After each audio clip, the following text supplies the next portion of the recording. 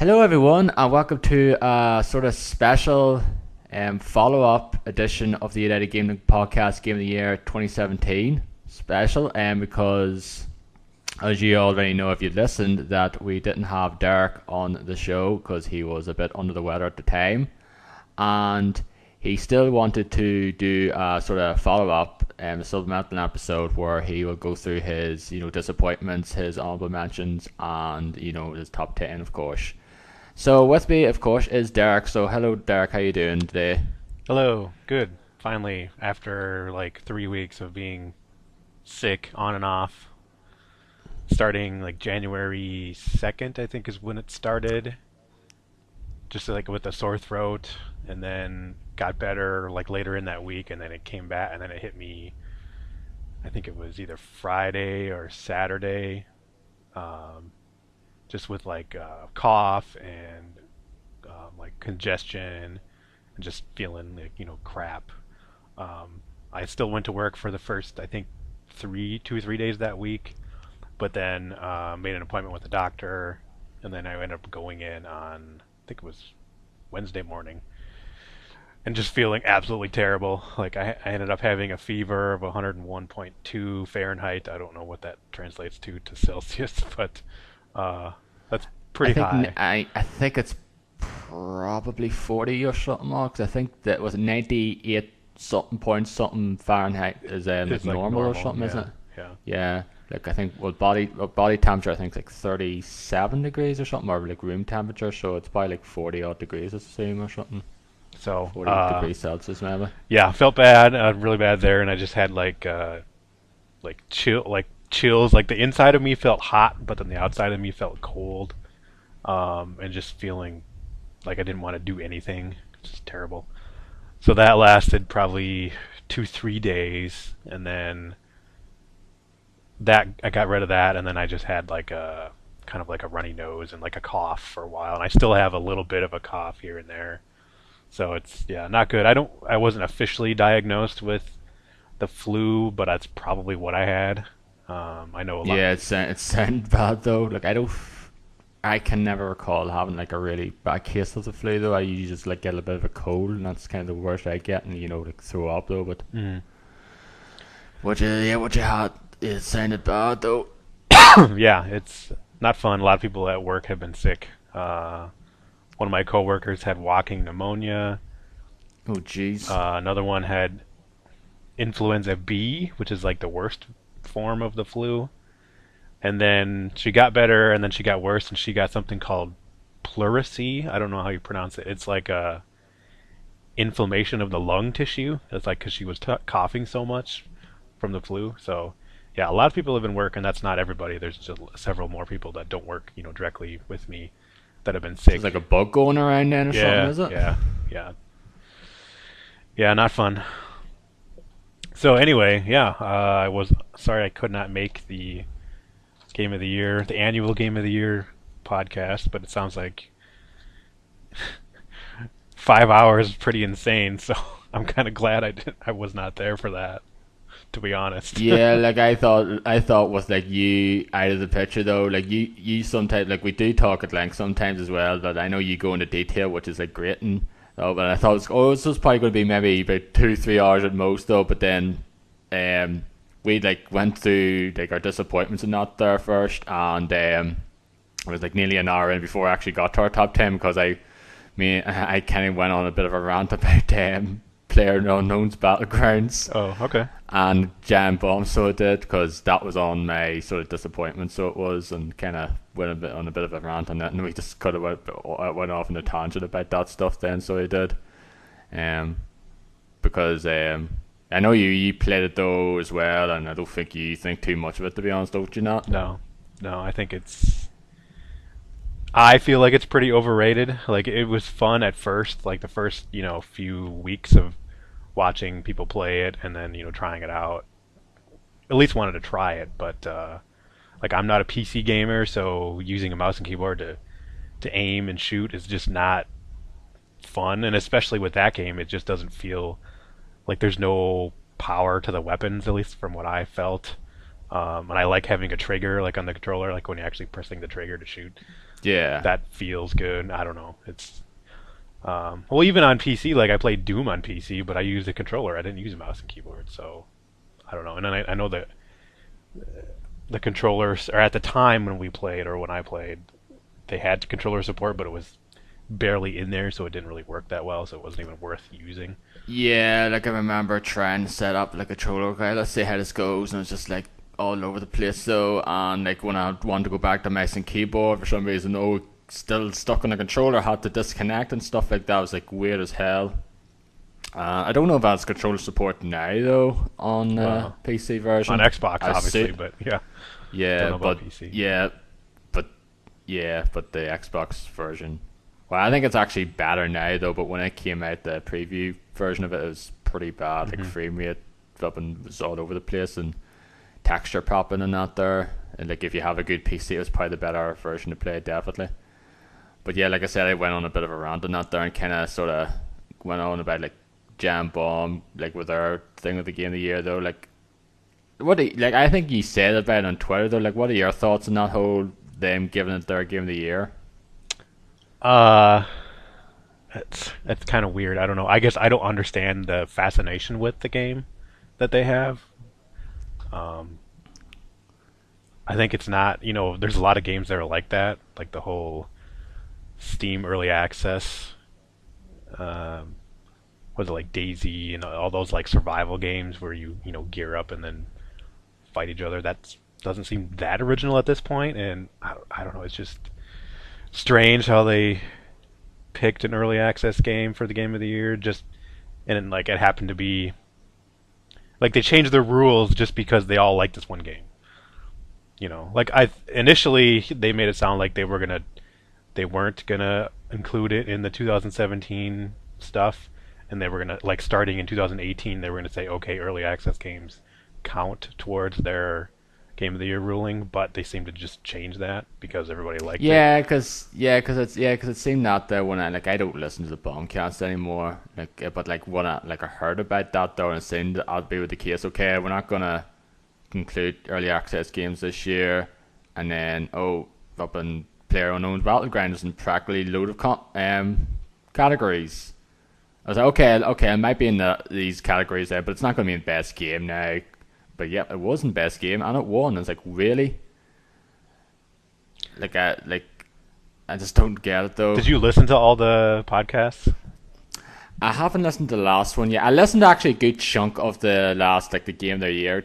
I listened to the first 4 days and I listened to a good chunk of the actual that best game one as well. And I'm going through like some of the games. I'd be interested to hear what their arguments are when they're like comparing it to like Breath of the Wild or like Mario Odyssey, or well, I suppose they were talking. I haven't actually looked at the top 10. I just know that's the number one. I don't know Zelda was where Nier Zelda was is. I'm sure Alex pushed really hard for Nier, but he probably didn't give a shit number. about Yakuza.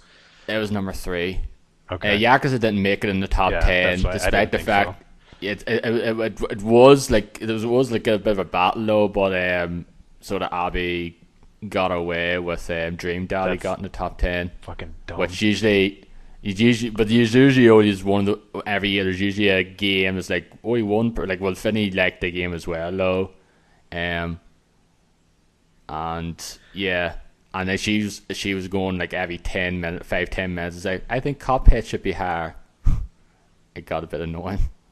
I, But I yeah, don't. it's I just, don't like her at all. To be honest, I don't like her or Ben at all. And I don't know. That's I don't. part. I Of, don't that's mind. part of I the don't. reason. That's part of the reason I'm not going to listen to the stuff this year because it's just. Yeah. I don't know. I just don't Like care. actually, like Ben was actually quite good at it though. But her sort of thing, you like if you were a drinking game and basically said take a shot every time she said good or very good or something along those lines, you'd be fucking dead because she says it a lot. She's not articulate like the rest. Well, not the rest. Like some of them like explain their arguments better than her because every time she says, "Oh, it's very good. I love the characters and all that," there, and so she doesn't like go into detail, especially with Dream Daddy. She says a bit things about Dream Daddy and like certain other games, but she just says it's very good. The characters are great and all that. There, I was like, okay, why the characters are great? Why is this game better than this game or something? Though, and I think the others tended to do that though, whereas she didn't. But like it was her first time though, and hopefully she'd improve next year though, because I'm not the only one who thought she was not that great though.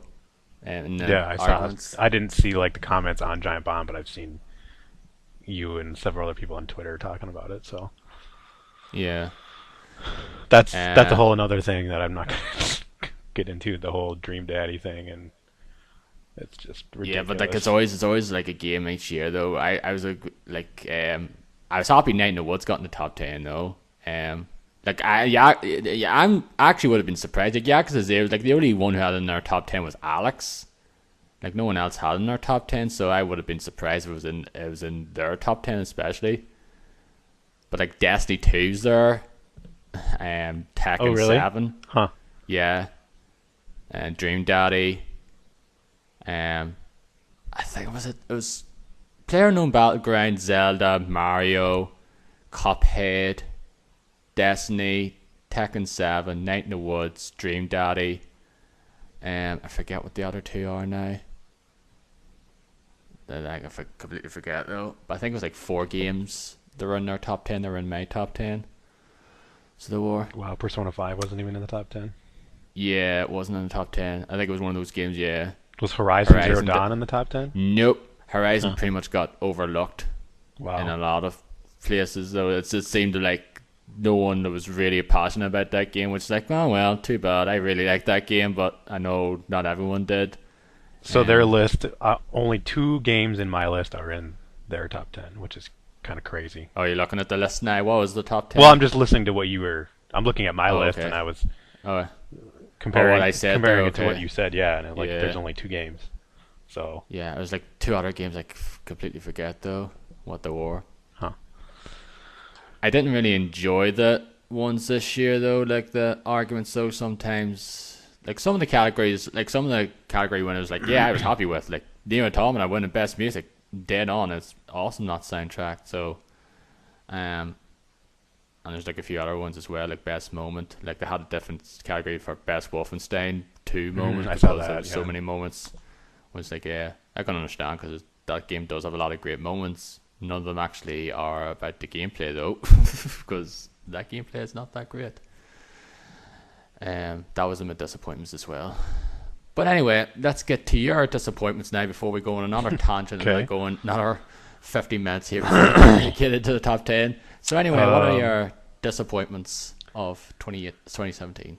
So I guess I'll start with the game that came, or in terms of like the timeline of 2017, the game that came out first, and that would be Horizon Zero Dawn.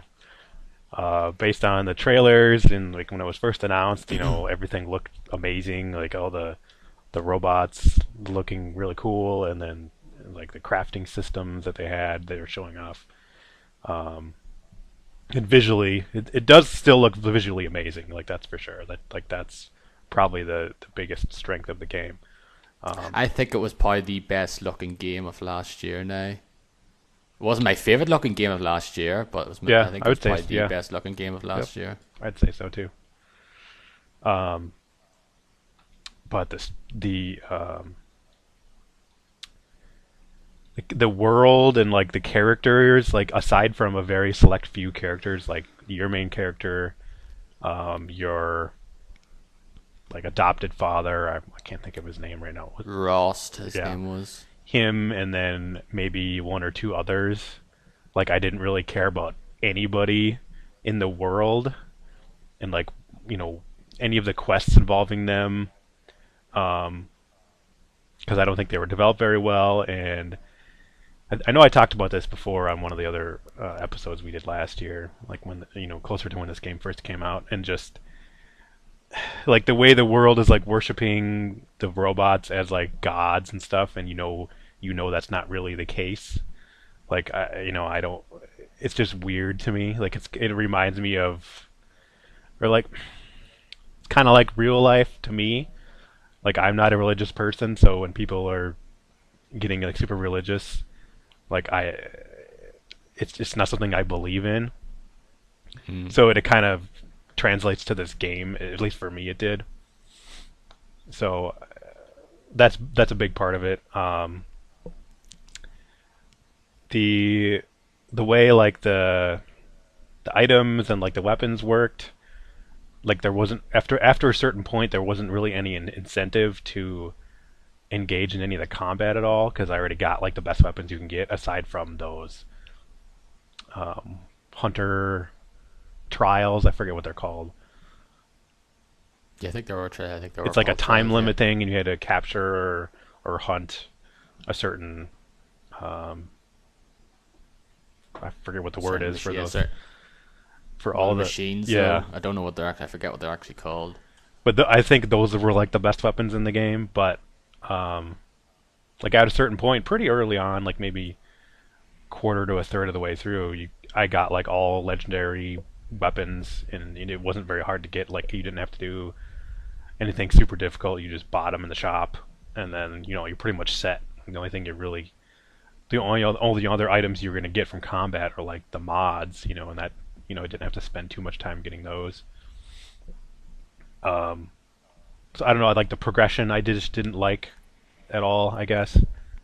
I could see where Um, you're coming from, though, like you did say, because like the sort of best weapons, like yeah, you can buy them practically a couple of hours in, mhm. and when you go to another area later in the game, there's okay, it's just the same stuff I got Yep. this way earlier in the game. Yeah, they could have done that better now. Like I didn't mention it though, but when you bring that up, it's like yeah, I can definitely agree with I that guess for me, there was sentiment. really no incentive to keep on engaging in the exploration aspect of the game and the combat. So I pretty much just mainlined the main story um, to get to a certain point where you could unlock the ability to get that overpowered armor set, um, Yeah, which makes the game kind of trivial. Because up to that point, like the combat is kind of tough and like you die super quick. So in order yeah, to avoid dying super quick, I just avoided combat unless it was necessary, and then I would just mainline the story quests, which those weren't too difficult. Um, and then I got that armor finally. And, like you don't get it until 2/3 of the way or 3/4 of the way through the game, so it's pretty late. yeah, because you need a certain item that you don't get it go get access to the area it's Yeah, in now till way later in the game. So that's because I think that was good though, because if you just basically say oh you can get this item straight away, it'll just make the game so yeah, fucking it's piss true. easy throughout. So I mainlined the story to get that armor, and then I went back and did some side quests, which looking back on it, like they weren't really that great, like they weren't really that worth doing. So the main story was good. Like it was really interesting to see like what happened to the world and how it ended up where it is. Um, so like that was what was pushing me forward to complete the game. It wasn't engaging in the open world or the combat, even though it looks great. That's for sure. Like it looks amazing, but um, it was trying to figure out what happened to the world. I also didn't like the ending. Like oh no, he's a bad guy. Oh he's coming back. He's gonna here's the sequel. Like And it's just yeah the it's stinger just for like, oh it come was on, gonna be a like sequel can we have definitely. a new character next time and not the same guy? I don't know. Those kind of like cliffhanger kind of endings I don't like, or teaser or whatever they call it. Where it's just there just to allow room for a sequel. Like I don't like those kind of endings. Um, so yeah, I don't know. It was disappointing. I mean, I liked it. It is still on my top 10. It's pretty low on my list, but just because well, I didn't play A whole lot of as many games. games as most people. Well, not most people, but like you, I know you played a lot of games, and I think Dennis played more than me even for 2017. So it is still on my list, but it's low. Did you have it on your list?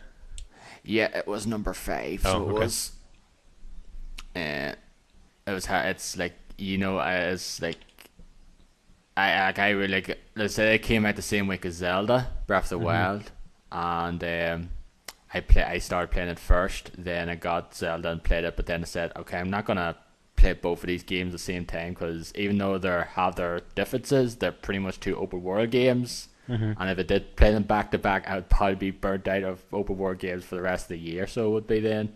So I just focused on Horizon, and then I just went on, took a 4 month break from Zelda, to be honest, because I just didn't have the desire to play it at the time.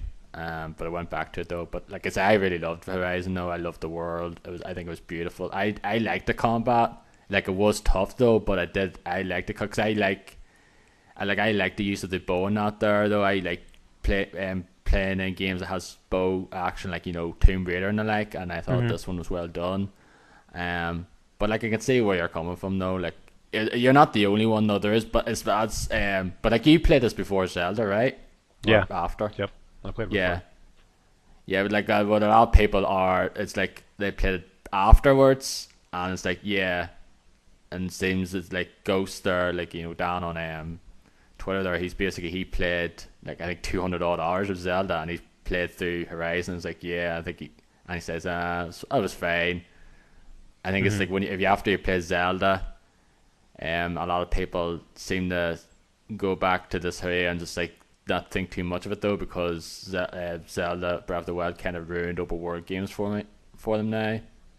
It's like Yeah, I mean, I'll get into it. I'll get into it when I get to Zelda, but in Horizon, like it wasn't rewarding to me at all to explore the world at all. Like other than to look at it, like there was nothing in the world that was that rewarding compared to like when you compare it to Zelda.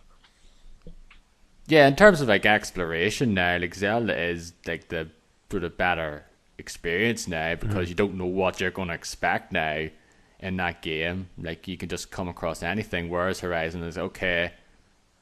Basically, a lot of open world games, like okay, there's a marker on this. I just mark this bandit camp and go there, or I mark this cauldron and go there. Whereas Zelda, like they have them there, but they're not like on the map all the time. There's like, okay, I found this shrine, I found this village, I found this cavern or whatever, or found this monster or something though. So yeah, like Zelda definitely in that side of things is definitely more rewarding an experience than Horizon though. But I preferred Horizon over Zelda.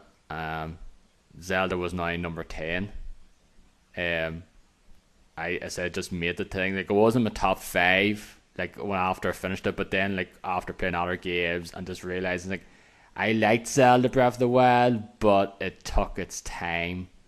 Like I didn't get really into to like 30 odd hours in, and That's weird because like I'm not a Zelda guy at all. I mean, I like the original Zelda. I like Link to the Past, but ever since then, I haven't really been into Zelda at all. So I like when I played that, I immediately was hooked on it. I was like, oh man, this is awesome. Like I just want to I played it over at my friend's house on his Switch at the time. And I played 1 or 2 hours, and I wanted to buy the game right then and play it. Like I was like immediately hooked on it. I guess because it was so different. Like that's I don't like the core Zelda, like the core 3D Zelda experience is not something that had been appealing to me, but this game was very appealing for sure. Yeah, like I definitely like the aspects of it now. Like the open world was great though, but there's certain other things like the durability I didn't like at first. I did get used to it though, but I wasn't like overly in love with it now. Like it could have been done better. I would have preferred to actually have proper dungeons. Like those divine beasts were fine though, but they pretty much look the same. I prefer proper dungeons, like had each some of them definitely have their own aesthetic. It's like, okay, this is like the fire dungeon or something along those lines, or this is like in the desert or something. No, it's like they pretty much just look the same inside and out, and the shrines as well. So hopefully if they do another open world Zelda, they bring back some of the other aspects of older Zelda games rather than just, okay, here's another 100 odd shrines. And I don't know if they can do that, because I think the reason they did it this way is because you can go anywhere from the very beginning. You don't have to have, I mean, aside from the tutorial area where you get your, like your stasis and the bombs and the, what's the other one, like the magnet thing, like those core abilities, you can go anywhere and you can go right to Ganon. You can beat the game. But with like the core Zelda formula, you go to a dungeon, you get a new ability, use that ability in the dungeon to complete it, and then you do the same thing in the next one and the next one. So like that wouldn't work, I don't think, in open world. That wasn't the case now with Link Between Worlds. I think the Link Between Worlds was kind of like the forefront in a way, like you can tackle any dungeon in any order in that game, whereas in most other Zeldas, like okay, you can go through this linear path, but like the difference between there, because it's like the whole rental system where you can I can rent these bombs and things now, and like I could just do this dungeon first, whereas like someone else can do that dungeon last. So if they do something along those lines, bring that sort of system into the next open world Zelda, then I think it could work.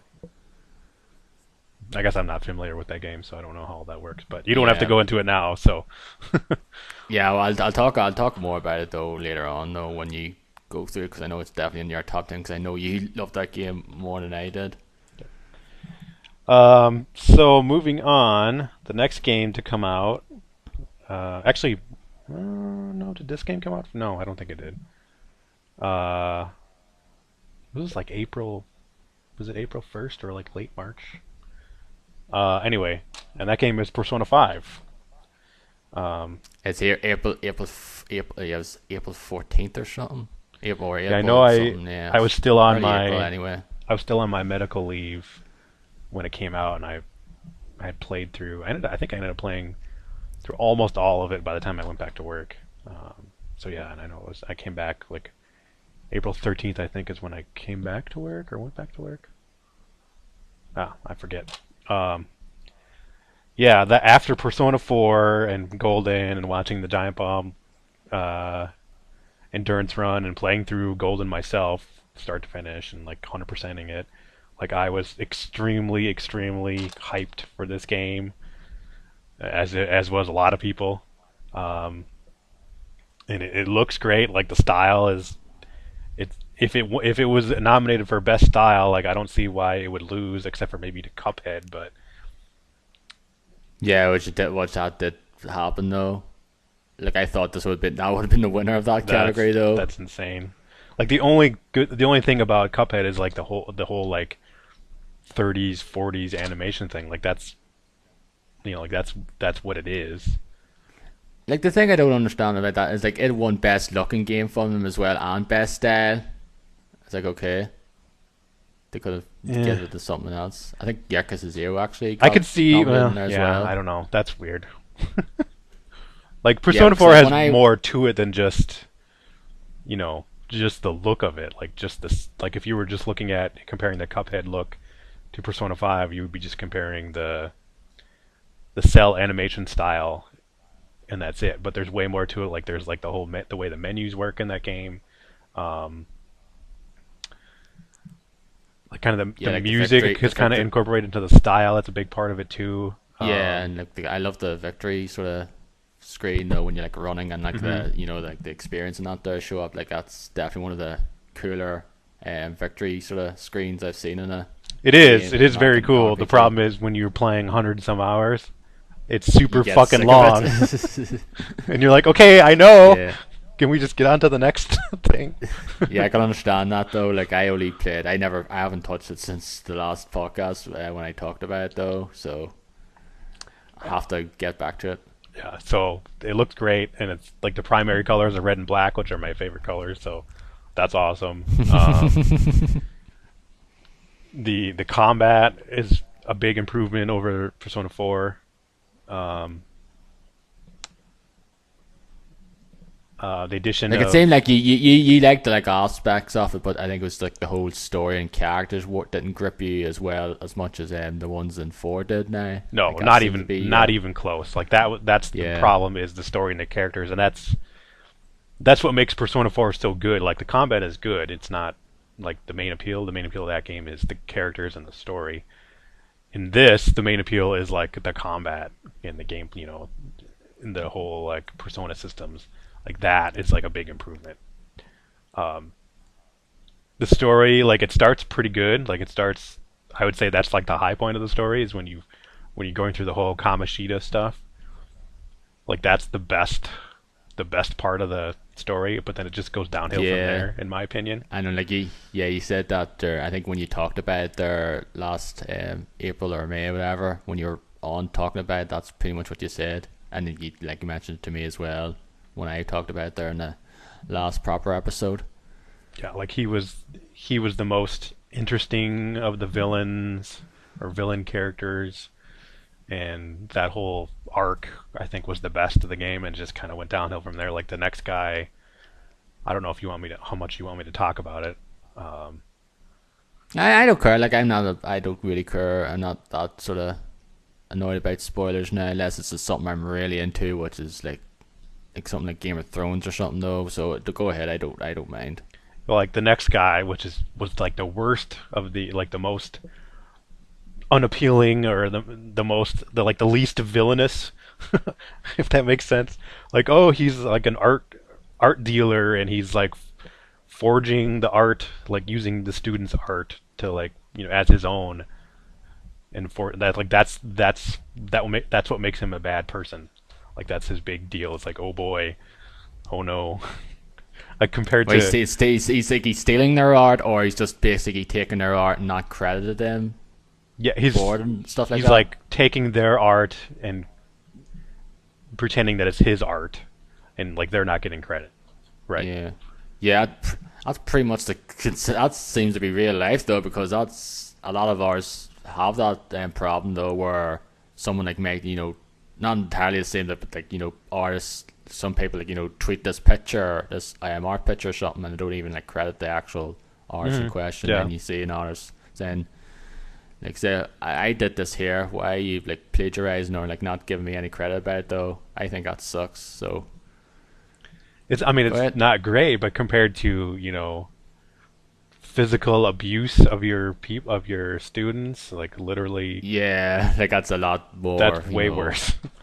way darker. And like Yeah, sexual abuse as well, like that's way worse. So like it's just, I don't know. It was a kind of a weird character decision, I think, to go from to put that in the game at all. And like it's the way they presented it. It's not like retweeting some art picture and not crediting somebody, or posting an art picture as your own on the internet on social media. That would have fit in with the game more, because they all have cell phones. There's a lot of text message conversations, and that's like a total modern day thing. But it's yeah, like actual paintings and stuff. Like who do yeah. you know is an artist and sells paintings? Like nobody. Really? Like it's so like if it was like 20, 30 years ago, maybe. It just doesn't feel like with the times, like that whole section of the story. It still happens though, but it's not like in the forefront. That like I don't like you don't see it being, unless you're like into that subject matter though. You don't see it like a lot in the news now or anything like that. No, no. Um, and then let's see, what's another villain? I'm trying to think. Uh,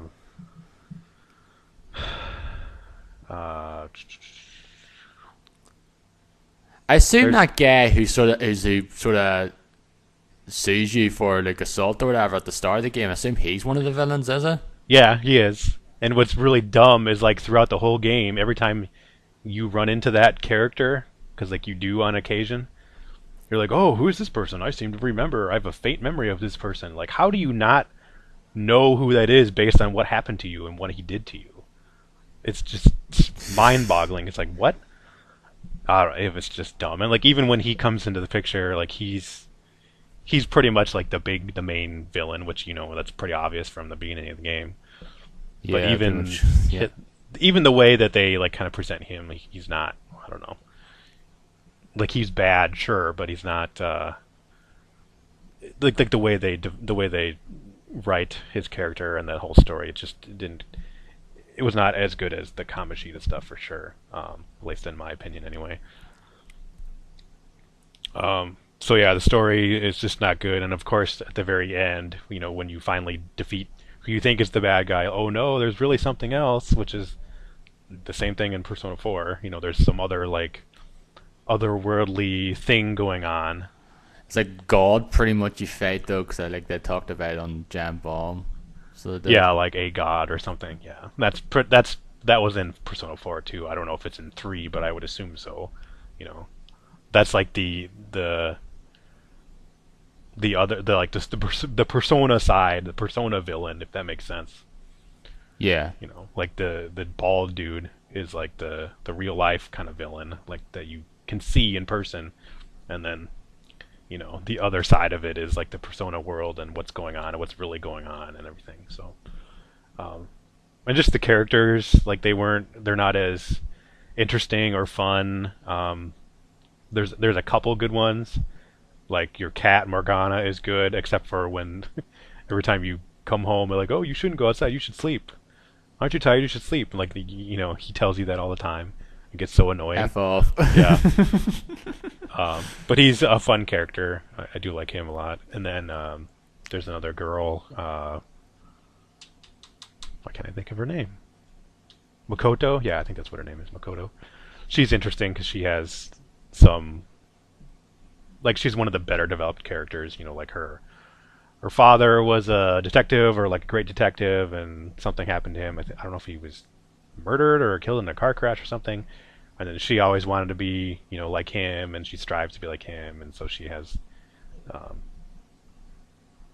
the way she's interacting with, like her sister, who's also a detective, but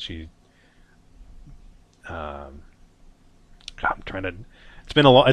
It's been like what 10? No, let's see, 9 months since I played the game, so I'm trying to remember everything about it. Um, Yeah, I don't blame you though. Like I was just saying, I like when I was playing games, I had to sort of go online, um, when I was discussing some of the games and talk about like certain characters out there. I couldn't remember. that's I probably Like I should have done didn't, like that, I but didn't. Yeah. Well, I like when I talked about Nier, I didn't really get into the detail though of the story though, because it would just take a decade to fucking Mhm. explain. Uh, But like I said, just to basically go play it because it's a very good story and like the music and that's awesome. Yeah. Um, so like those are the two like characters I really liked. I don't remember all the names to be honest. Without looking them up, I should probably look up some of the just like the main cast, so I can at What's least his name? mention. Risuki or something? Oh yeah, Ryusuke. Ryuji Ryuji, is that's it. like Yeah. Anne, I think the blonde girl who's she's a Kamashita kind of model. Yeah, has, yeah, has who's a bit of lust after. yeah. Like She that's does. the only There's ones I really not know. much to her. Like she's a model, and there's another model that gets all the roles, and she doesn't get them. And I don't know. Like there's not a whole lot to her character. And like Ryuji was an athlete who, um, because of Kamashita, somehow got kicked off the team, and there's this whole thing there that doesn't really. It's not Go great. anywhere. Yusuke, he is this one of the students that got his art stolen by his teacher. There's really not a whole lot to him. He's kind of like the weakest So he character. be so he'd be the next character Yeah, he. after Yep. the Kamashita hmm storyline. Okay. Um, Futaba, I do like her. She's like in a kind of like a. I don't think she was adopted. She's actually this. Or no, yeah, she was adopted. I think by the cafe owner where you're staying. Like Who's the red-headed one with the like glasses now? Haru. Is Harry okay? Yeah, she's another weak character. Like her dad is a CEO of like a fast like McDonald's or something, and I forget what exactly they were doing. Like they were putting stuff in the food or something weird. I can't remember exactly, but she just didn't leave any impression on me either. Um, yeah, like those are the main characters. Yeah, your character, Ryuji, Morgana, the cat, and the model, Yusuke, the art student, Makoto, who's like the detective, junior detective kind of character, Futaba, who's like the computer nerd character. She has kind of like some interesting quirks to her. I kind of like her. Haru, and then yeah, that's it. Um, so yeah, most of the characters aren't really all that great. They don't really. I don't don't really care about them that much. Not as good as Chie and Yasuke and ones like that from four. No, no, not yeah. Chie, Yusuke, or Yosuke. Um, trying to remember all the characters. Kanji, I like Kanji a lot. Who else? Naoto, I like her a lot. Um, what other characters? I can't think of the girl's name. Oh yeah, Yukiko. She was like one of the first characters. Yeah, so I was the one I was thinking And of. then I couldn't Rise. think of Yeah, her like name. all of those characters. Teddy, every single one of them, except for I think maybe in my opinion, like Yosuke is probably the weakest out of the whole crew in my opinion. But like every single one of those, they have really interesting characters. And another thing is like in Persona 4, there were a lot of different events that all the characters were involved doing, like school events or festivals, or like if in Golden there was like the trips they would take, like there's like a skiing or snowboarding trip that was exclusive to Golden. Like there wasn't as many of those in 5, and there were a whole lot of like text message conversations which aren't really that interesting. Yeah, the ones like on the phone now. Like Yeah. I got to a certain point where I was just skipping all of those because like I'm not gonna read all this, and like it's not really like a main plot thing. It's just kind of like um, a side thing. There's not really that much importance to any of those conversations. Um, so yeah, the characters in the story just really didn't do it at all to me for me, and that for me when I play games, most of the time the thing I want the most out of my games is character and story. Um, Gameplay is kind of third, unless like that's the main focus of the game. The gameplay in this game was really good and it was excellent, and that was really what kind of kept me pushing through the game. Like I wanted to get all the personas and like unlock all the fusions, which you can't do until you get into New Game Plus. And I thought I thought I didn't have to go that far in New Game Plus to do it, but you pretty much have to play the game a second time to get every persona and to get the platinum. Which at the time I was trying to do because I had so much free time. I wasn't working, but I got to a certain point, like towards the end, I was like, I don't want to play anymore. You can't skip everything. Like you can fast forward a lot of stuff, but you can't completely skip all the cutscenes or all like the conversations. So that just really dragged on, like especially when you've seen it before, and it's not exciting at all. So yeah, the music's good too. I still like the Persona 4 music more, but I do like this music in this game too. I liked what I've heard of it thus far, so I have. And So, what some of the tracks I played during the best music category and the Jam Bomb stuff. all right. So, So the last one I'm gonna put on my disappointments. I don't really know what my most disappointing game is. It's either this game or the one I'm gonna talk about now, um, and that is Yakuza Kiwami.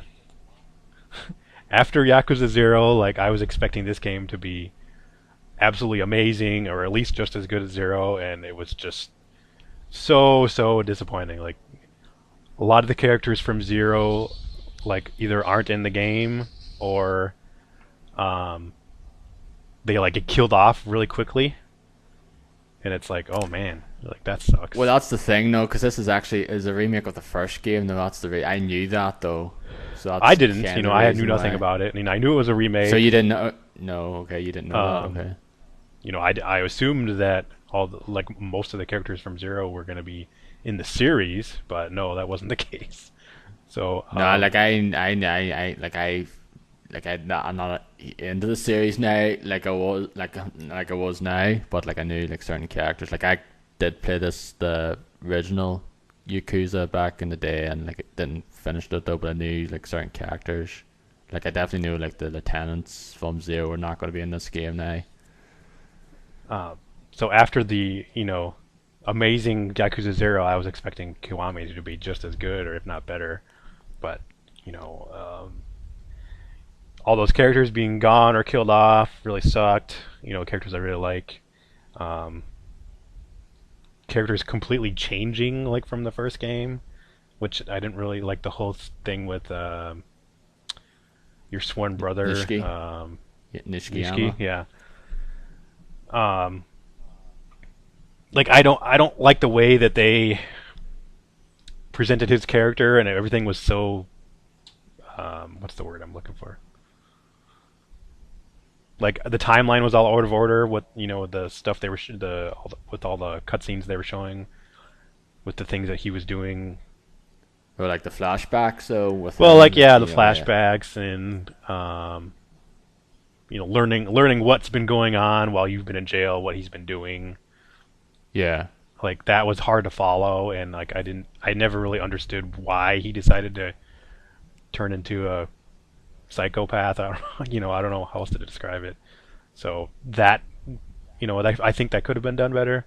I don't know what it was like Did you in the finish first. it now? Yeah, oh yeah, I finished it. Okay. I know, like Dennis, it was on his disappointments list as well, but he never finished it now.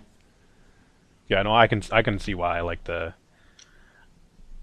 it was hard. The combat, for whatever reason, even though I think it's the same engine, it was a lot harder in this game, and I don't know why. Yeah, It did get better later on. A big part of it was I watched a video on YouTube where somebody used a technique to beat Majima, like in the very first fight, like where you're supposed to lose. Like you actually beat him, and basically you use rush style, and then you just double tap punch, like hit punch twice, like punch punch stop punch punch, and you get him in like stuck in a stun lock, and that works for a lot of enemies. Not everybody, but most of the enemies in the game. So anytime I was in like a difficult fight, I just switched to rush style and do that, and like that helped a lot. But later on in the game, you get a lot of upgrades, and that definitely helps a ton too. But early on, it was really tough for sure, and I guess I don't really know the exact reason, because it's like the same basic fighting styles. The heat actions and the heat system worked a little differently, but it seemed to be the same, engine and everything. And a lot of the mini games are just not as good, and like the sub stories aren't as good. Like they weren't as fun or funny or interesting. They're completely forgettable for the most part. There were like a few follow-ups though from like Zero, like the whole pocket racer stuff. Yep, and that was there one another set. Probably the best one in there. And there's I don't know if you did that one. Like it was a follow-up from like the cult one from Zero as well. But like it was Majima in Zero. Now you did that with, I think in this. Yep, I did that one. Yeah. Kiryu in this one. Yeah, we did. I know because I remember that one as well. But yeah, like most of them were pretty forgettable. A lot of them like were really fucking short as well. Like they were done like in a couple of minutes. Like really, that's it. Yeah. But like I said, this is a remake of the first one, and like most of those ones were in the first one, but there's like a few added stuff as well. Like like the pocket cart racer and that whole was it Mesu King or whatever, that beetle rock paper scissors thing. So that those like they added to this game, like they weren't in the original. Yeah, they weren't in the original. Now. Got it. Huh. Yeah. So, I guess I don't know what did I really like about Yakuza Kiwami? I guess the pocket racer stuff, and little else it seems. That's kind of it. Yeah. I mean, there's a few little things here and there, but. Even like the girl character, she just, I don't know, they didn't really develop her very well, I thought. But she's in the series, so she is. She's in the new series in the Yakuza 6 Haruka. Oh, so she's in the first game and then the sixth game? No, she's not in that. She's actually, you can play as her in Yakuza 5 now, so you do. Okay. But like if you see the cover art of Yakuza 6, that's her on the cover. Oh, so that's a recurring character. Okay. Yeah. Oh, I didn't talk about Majima Everywhere. Oh god. So that, in theory, that's like an amazing thing, and like there were times where it was really cool, but I think the way the system is designed, it's kind of flawed. So you like rank up, every time you fight Majima, and he can appear like almost anywhere, which he can, and it's sometimes when it happens is like amazing, like the Hostess Club thing. I don't know if you did a lot of the Hostess Club stuff, or the Cabaret Club or whatever, where you go and talk to. I talked to one of the hostesses and got that trophy to rank her up to I think it was A ranking or something. Yeah. So I did all those, and those were, I guess that was probably one of the highlights of the game. Like those were pretty interesting. And then all of a sudden Majima shows up as the host, and like that was hilarious. Like that was the best part of the whole Majima thing. Yeah, I got that one as well. Yeah, that was Um, great. but each time you rank up, or you're supposed to rank up, you go from like E or F all the way up to like A or S or whatever. There's like a certain event you have to do to rank up to go to the next rank, and it's like in a specific area. It's like a specific thing you have to do. And if you Yeah. don't do that and you just continue playing the game, he won't show up anymore anywhere. So early on in the game, I had encountered him a few times, and I got to a certain point where I had to rank up, and I didn't know this until like dozens of hours later that I have to go to this specific area and do this thing. Like I think it was the one where there's these big like traffic cones, and he was like hiding in some of them, and there's three different spots you had to go to find him, and then you would fight him and then rank up or whatever. Like I found one of them and I never found the other two, and I just kept on playing, like dozens of hours or 10, 12 hours or something. And then, I finally thought about, like, I wonder why I haven't seen Majima. Let me look up and see if I have to do something weird or what's going on. Usually, when you have to rank up, you usually got a message from someone, and then it shows you on the map. Though that's what usually was the case with me. Now it's like, okay, you got this message from this. I forget who it was, what the name was though. But it's usually okay, go to here, and then it just marks on the map if you want when you want to rank up. That's usually what's the case for me. For me, I got the message, but it didn't show me where to go. I don't think. Okay. Or maybe this wasn't a rank up thing, but it was some other thing, like a required thing you had to do. But I know it was the traffic cone one, and I had only found him like once, not all three times, because there was three that you had to find, and then he wouldn't show up anymore.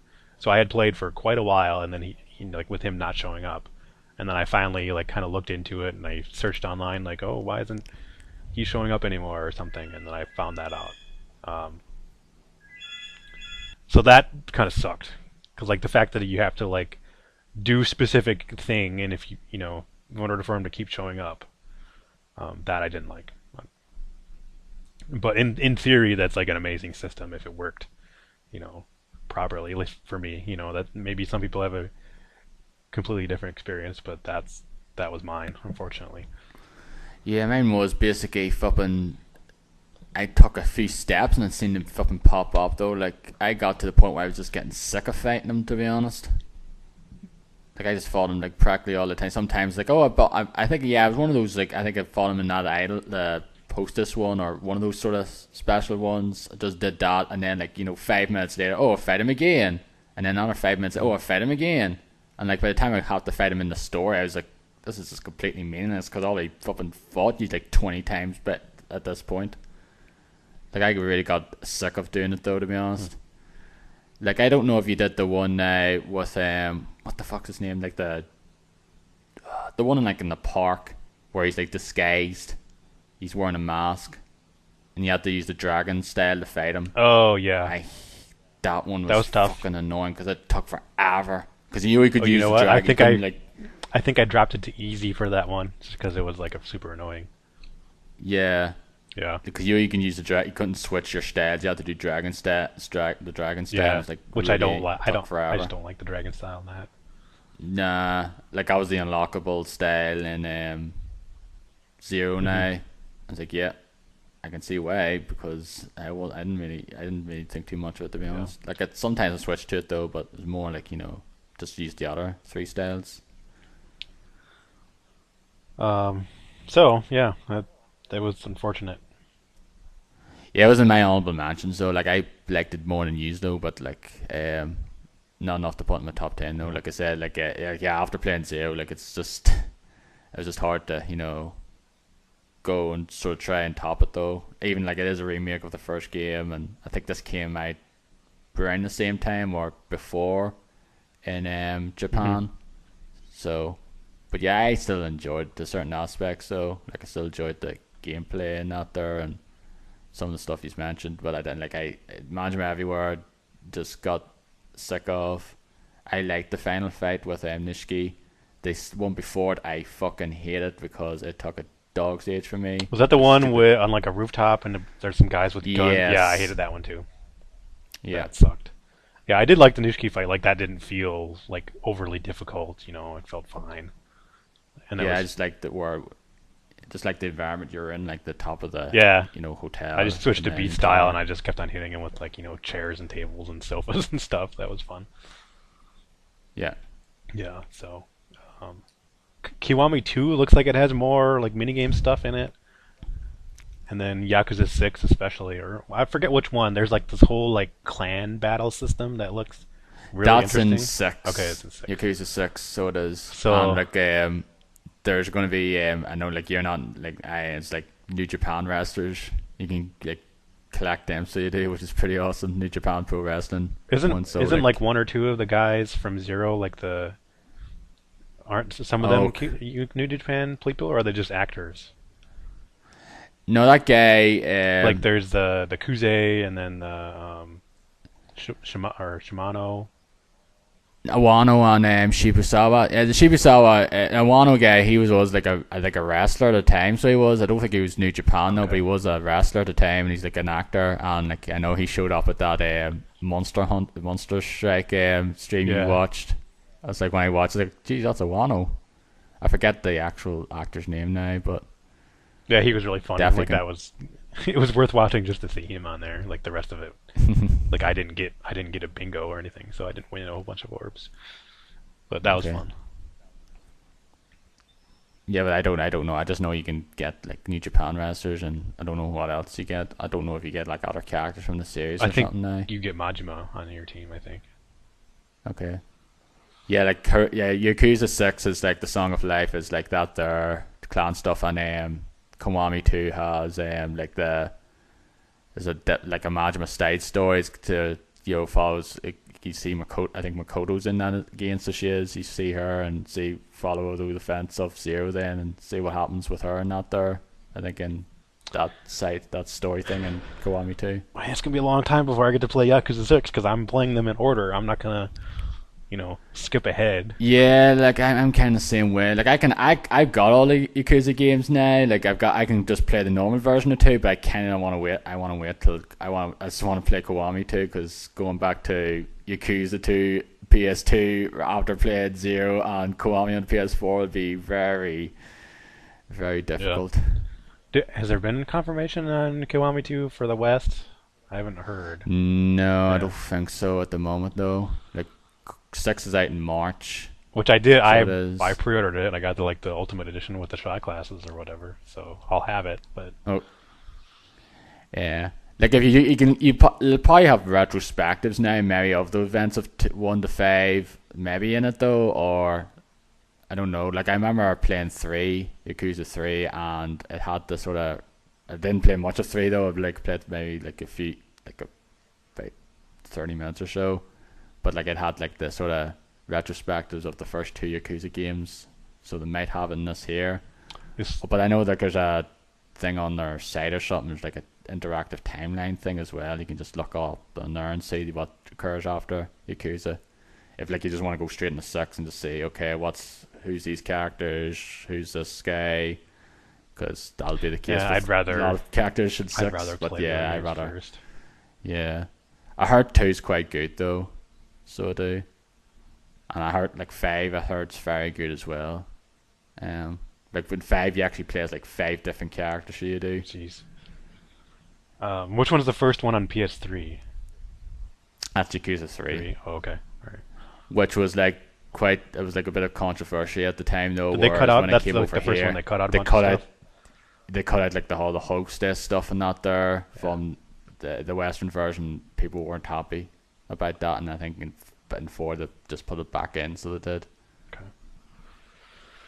Yeah, maybe I'm gonna hold out hope that they have a Western version for Kiwami 2, and then They'll have to have it though, because I think a lot of people have jumped on now Yakuza since 0 came out and think it did yeah, pretty I think it well did for really them. well. Yeah.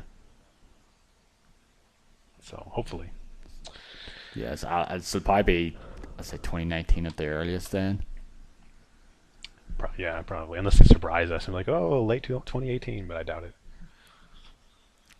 I would like that though, Yeah, but me too. I don't think so. Because it only came out there in Japan December, so it did. I'm sure it takes its time Oh, to Kiwami 2 just localize came out in it. December? Okay, I guess I thought it would have Yeah, a in while Japan, longer. yeah.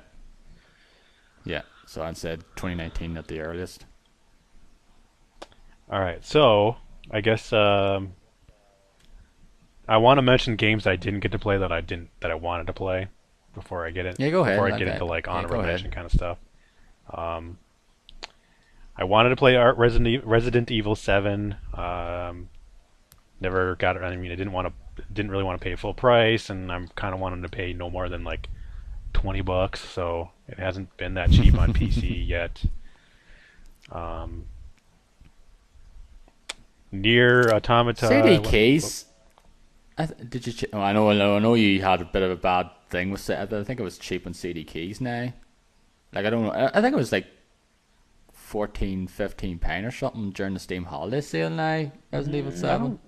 I didn't see it that low. I think Um, it's £20 now for the gold edition on CD keys, which is like that's $30. I know like, it's not. yeah. Still, it's like $30 show. So, but he said like, yeah, Near Automata. As I know, Dennis wants to play that game badly as well, but again, that's a game that hasn't gone down in price. It's. I think it was $30 once, but it's still a little too much for me when I like that. I have a feeling that's a game where I'm gonna play it and like see like I'm gonna think, what's the big deal about the game? Like it's gotten so much You, like hype and praise from like RPG kind of sites and stuff. Like I have a feeling that's what's gonna happen. I wouldn't be surprised if that's the case now. Like that was the case with some people though. I follow on Twitter. Some people played it and it's like I don't see this like they stopped playing it though. They didn't like the combat or anything like that now. And it's just so it's dropped. It's like I don't really like this game though. But I like I said, it was a platinum game. I was on board. I really enjoyed the combat. It's not as good as like say Bayonetta now, but I really enjoyed it and I really liked the soundtrack. And but like some people like they were more noise. Oh, you pretty much have to play through the game multiple times to get the full story. It's like yeah, in a way, like you pretty much have to play through like the twice pretty much from like two At different least, right? You have to play like perspectives. more than Yeah, yeah. like yeah, one like you play as 2B, and then the other one you play as 9S, like his perspective on the events, and then like afterwards it's like all new stuff, and then after and like it's just like you just have to go through like three sort of playthroughs, and then after that it's just like hey, just do this here and this here to get like the other sort of main endings. Which like I played it for about 40 odd hours and did like a bunch of the side stuff as well.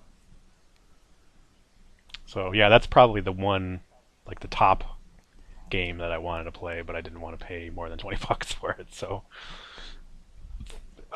Sonic Mania, I want to play. I know that's been cheap enough. I just haven't bought it. Best game since Sonic 3 and Knuckles. According to you, or like in the general consensus? No, I was going to me Oh, because that was my favorite. That's my favorite Sonic game. I think it's the best I one. really, Although I liked a few since then. I liked Generations. So I I did. like That was like the the last. was it the Rush or like the Sonic Advance? Those games were really good on handheld. Oh yeah, I liked Sonic. Yeah, I liked Sonic. I played Sonic Rush Adventure, the second one. Yeah, I liked that. So I did. And then Metroid Samus Returns, which I do have. I bought it, but I just haven't played it yet. So Yeah, it's that's one I need to pick up though. I ended up.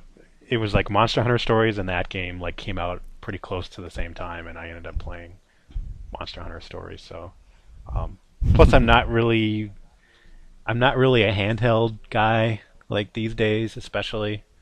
Like I'll play the Pokemon games, the core Pokemon games, not like the remade ones and stuff, but those are only on handheld. So, um, and I do, and like the actual 3DS, like it doesn't really, it's not that comfortable in my hands to me. So like that's another part of it too.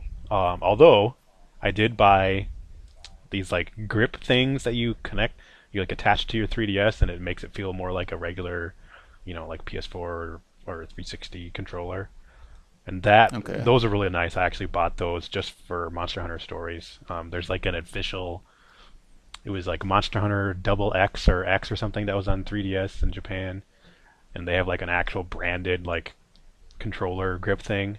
So I bought that, and that's actually really nice. I like that a lot. So I ended up playing most of Monster Hunter stories with that, and so when I get around to playing Metroid, I'll definitely be using that.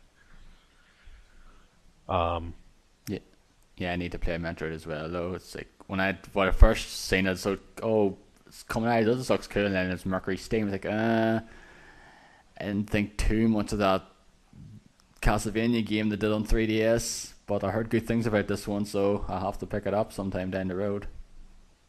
I'm kind of waiting on a price drop. If it does, like if it goes down to like 20, 25 pound or something, I'll probably pick it up.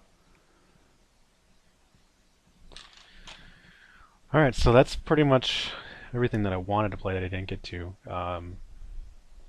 I have like maybe a couple honorable mentions, so this won't take too You go. long. Um, Okay. East 8, which I do have on PS4, and I put maybe 12 hours or so into it. Um, Love the music in the game. The combat is really fast and fun, but so far there's like nothing has happened really in the story, or there's no character development. You're on a boat that crashed on some like mysterious island, and then you're trying to find trying to find other people that survived the boat crash, and like that's really all that's happened at this point. And you're building like a camp, and that's pretty much all that is going on so far. Um, but I know like a friend of mine loves East, and East is a Falcom series, and I love Legend of Heroes, Trails of Cold Steel, and Trails in the Sky. So you know, I have like a desire to try and get into this series. So I'll continue playing it here. But so far, it's good. It's just not. It hasn't hooked me yet, I guess. Um, let's see. Fire Emblem Heroes, which is a mobile game by Nintendo that came out like their first mobile game. It's the gameplay's good. It's like your standard like Fire Emblem gameplay. Um, but I really only have one. I only have room in my life for one mobile game, and that's already taken up by Monster Strike. So I don't really have a whole lot of time for Fire Emblem Heroes, but it is good. Yeah, nothing's going on off the nothing's gonna replace that game for you. Because I know you. No, not unless How many hours have you played that game now? I have no idea. I wish I could find out, but I know it's like in the thousands for sure. I mean, I play it every Jeez, I day. know. Sometimes only I know like you. half hour or a day, but sometimes I'm farming like for several hours, like farming quests to get monsters and stuff. Uh, so yeah, if I was like being really, I don't know what the word is. Like, if I was counting like any game that came out at any period of time for my game of the year, like that would probably be my game of the year, like every year, just because I always have it with me. It's on my phone all the time. I can play it whenever I want. It's always being updated constantly. There's new stuff always, and it's just fun to play. It can be challenging This is the and like rewarding. Japanese version now, isn't it? Because didn't they stop the Yeah, Western they shut version? down the English version just because they weren't No one making enough played money. it. Although that was mostly their fault. They didn't handle that game very well, unfortunately. Plus, it didn't come out here till like fucking ages later. Hmm. Because I remember I had to get the US version. I played a bit of it though. Just I could have played more, but like I didn't want to jump through hoops and that there. Like in order to connect with you, had to like download this app, link app to play with you or stuff like that. I was like, geez, didn't want to jump through hoops and Yeah, things you just still have to. to do that. Yeah, Yeah. that kind of sucks. But like if But we like I were said, it if didn't we come out here were till in the same room or something, then you wouldn't have to, which yeah. is cool. But I'm playing like solo most of the time. Like there's so there's an app called Line, which is like a social media app. Yeah, that was at line. I Yep. said link. Yeah, that was at line. Yeah.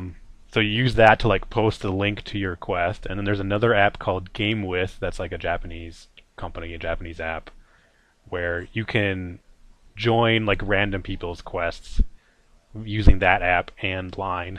So if I have to farm like certain materials like that are really easy, I'll just do it with other people, like other random people, just because if you have a full team of 4 Max Lux, that's a guaranteed um, what 8? No, 16 chests.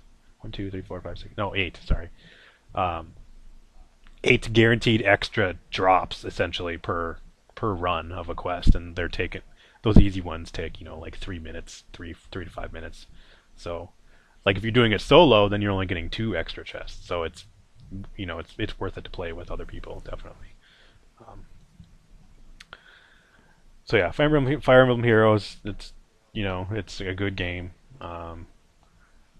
There is a bit of pay to win in it when I was playing. I don't know what it's like now. I know there's more. They've added more systems, and there's obviously more characters and stuff. But the core like gameplay is really good. I will also mention this Animal Crossing Pocket Camp. It's really not that much of a game. It's kind of like a time waster. Like there's like really no skill at all to it. It's just you're going around this camp and you're collecting, insects and fish and like fruit and like giving them to your friends and like you're leveling up. You have a level with each of your friends as well as a core level for your character, and each time you fulfill a request, like they need 3 butterflies and 2 fish and like 2 um, squid or something, and then if you do that, then you'll get they'll give you an item, and then you'll level up. Do you play out the other Animal Crossing games? Yeah, I played the GameCube one a little bit, and then I played a fair amount of the 3DS one, New Leaf, I think. That one I got into quite a bit. But my wife, she loves the games, and she's playing Pocket Camp a lot. Like she's probably level 50 now, I think. And when I stopped playing, like I haven't played it since about Christmas time. So when the Christmas event was there, I was like level 25 or so. Um, it's something if you need to waste time, I guess it's a good way to waste time, but it's not, not a game that requires any real skill or anything. And I know they talked about it a lot on the Bombcast about like how it's really shitty with like the pay to win or the pay to play stuff. That's not true at all. Like when the game first came out, the only 2 things that you could buy that are like cosmetic kind of things were Tom Nook's chair, and like if you bought that, then he would show up and like sit in the chair and like say a few things, and then the KK slider, like guitar, and then he'd show up and play things. You don't need the pay to win or the not pay to win, but the premium currency to like do anything in the game. Like yeah, it helps, but you don't need it. So I think those comments were not warranted. They clearly didn't spend that much time with the game. So. Those games are not just for. I tried New Leaf, played a bit of it. I was like, nah, these games are not. I'm commend them for making something games. Like I know a lot of people love the Animal Crossing series, but those kind of games like that and Stardew Valley and games like that they're just not for me. Yeah, I do kind of want to get into Stardew Valley because there seems to be there's a lot to it. It's kind of like a friend on my friend. Started playing that game, and he's starting to stream things, and he's been streaming that, and he's really into that game. And I know like Dan Reichert at Giant Bomb was really into that game when it came out too. Last game I'm gonna mention is Assassin's Creed Origins. It's not on my disappointments because I wasn't looking forward to it at all. It's It's like the best Assassin's Creed game I've played since 3, although I don't know if I would say 3 is good or not. Because I really fell off that. But I did. That's the last one I finished. Okay. In the series. Yeah, I haven't finished one since Brotherhood, I guess. Yeah. So, it looks really nice. Like the world's really interesting. It's the Egypt is kind of a really cool place. The way the loot works and like you get legendary items and stuff, like that's kind of a cool thing. Like that's an incentive to do a lot of the side stuff. The bow combat I really like a lot. There's several different types of bows. Like there's a bow you'd use like in combat where you shoot like several arrows at once. It doesn't have like range, but when you're shooting them at somebody that's pretty close to you, that can be pretty damaging. There's like the hunting bow, which is for mostly for hunting animals and stuff. You can use it in the combat too, but it doesn't. It's slower, a lot slower. And then there's the predator bow, which is like your sniping bow. That one's really fun. And there's a quick bow, which you can shoot like one arrow like several times really fast. Like that one you can also use in combat pretty well. So that's kind of fun. I like that a lot. The stealth I do like, but I feel like the enemies can spot you really easy, and it's kind of hard to tell like what their vision cone is and like when they're going to turn or not. Like it's not like Metal Gear where you have a vision cone on the minimap. You don't have that. Like you can track everybody. Like if you use your eagle to track them all, you'll always know where they are. But it's hard. It's been hard to tell like what they're like, how far they can see, like if they can see really up, really high, or down. So it seems like sometimes they can see you in ways you didn't think they would be able to. So that for me has been kind of annoying at times. But it's fun to do like the bow combat and sneak around and shoot people from a distance with the bow is fun. The hand-to-hand combat I don't like at all. The enemies will like run away or like backstep all the time, and you're like trying to hit them and they're constantly going backwards, and you're trying to keep on going forwards and hit them, and that's really freaking annoying. I mean, not every enemy does that, but most of them do. You die pretty quick in the combat too, like I found, at least for me. It's not exactly easy. There are different weapon types which are interesting, so that's nice. But I've mostly just tried, and whenever possible, I would just use the bow, like as much as I could, not try and engage in any of the hand-to-hand combat stuff. The story really, like, I pretty much fell off after a certain point, because like nothing was happening, and just like I just kind of got sick of it. It was the same thing over and over and over. Like, oh, you have to find this guy and assassinate him. Okay, you assassinated him. Oh, now there's 4 more guys you have to find and assassinate. Okay, you got them. Oh, now there's 4 more guys. It's like, oh god, like That's just the consensus for most Assassin's Creed games, or well, the early ones yeah. anyway, though. But there was like a greater plot like pushing you forward. But for this, it like you're trying to, I don't know, you're trying to get revenge for people killing your son or something, and Yeah, like that's like the I don't know. main thread. Like, there's this secret Illuminati organization and stuff. I don't know. It didn't really, for me, like there wasn't enough to push me forward to keep going. Like I might go back to it at some point, but I don't know. I heard some of the side stuff's better than it though, so I do. There's a few that were pretty good, but the last like 10 or so that I did were not interesting at all. So I don't know. Like even that, like there's just so much. Like it's like there's too many almost. There's too many things on the map. There's too many side quests to do. Because like That's just the problem with Assassin's yeah Creed. yeah Well, Ubisoft open world games in general, and so it is. Just too many fucking markers on the screen. my inclination or my instinct is to do everything, like to do all the side quests, like pretty much every game that I play, because I want to get as much experience as I can and to maximize my character, and like I feel like I have to do all the side quests to do that. Maybe not necessarily all the little collectibles and stuff, but at least all the side quests. And like there's just so many, and like the map is so freaking huge. Like I don't want to do them anymore, So it's not a bad game. It's just, I don't know. I just kind of fell off on it. I might go back to it at some point, but Dennis loved yeah, that game. I know. It was his number 2, so it was. Yeah. I actually thought it was going to be his game of the year after him going on about it on Twitter, but no, it was his number 2 at the end of the day. So I guess we'll get into the top 10 now. Yep. Some of these I won't spend too much time on because I kind of talked about them recently, but number 10 is South Park Fractured But Whole.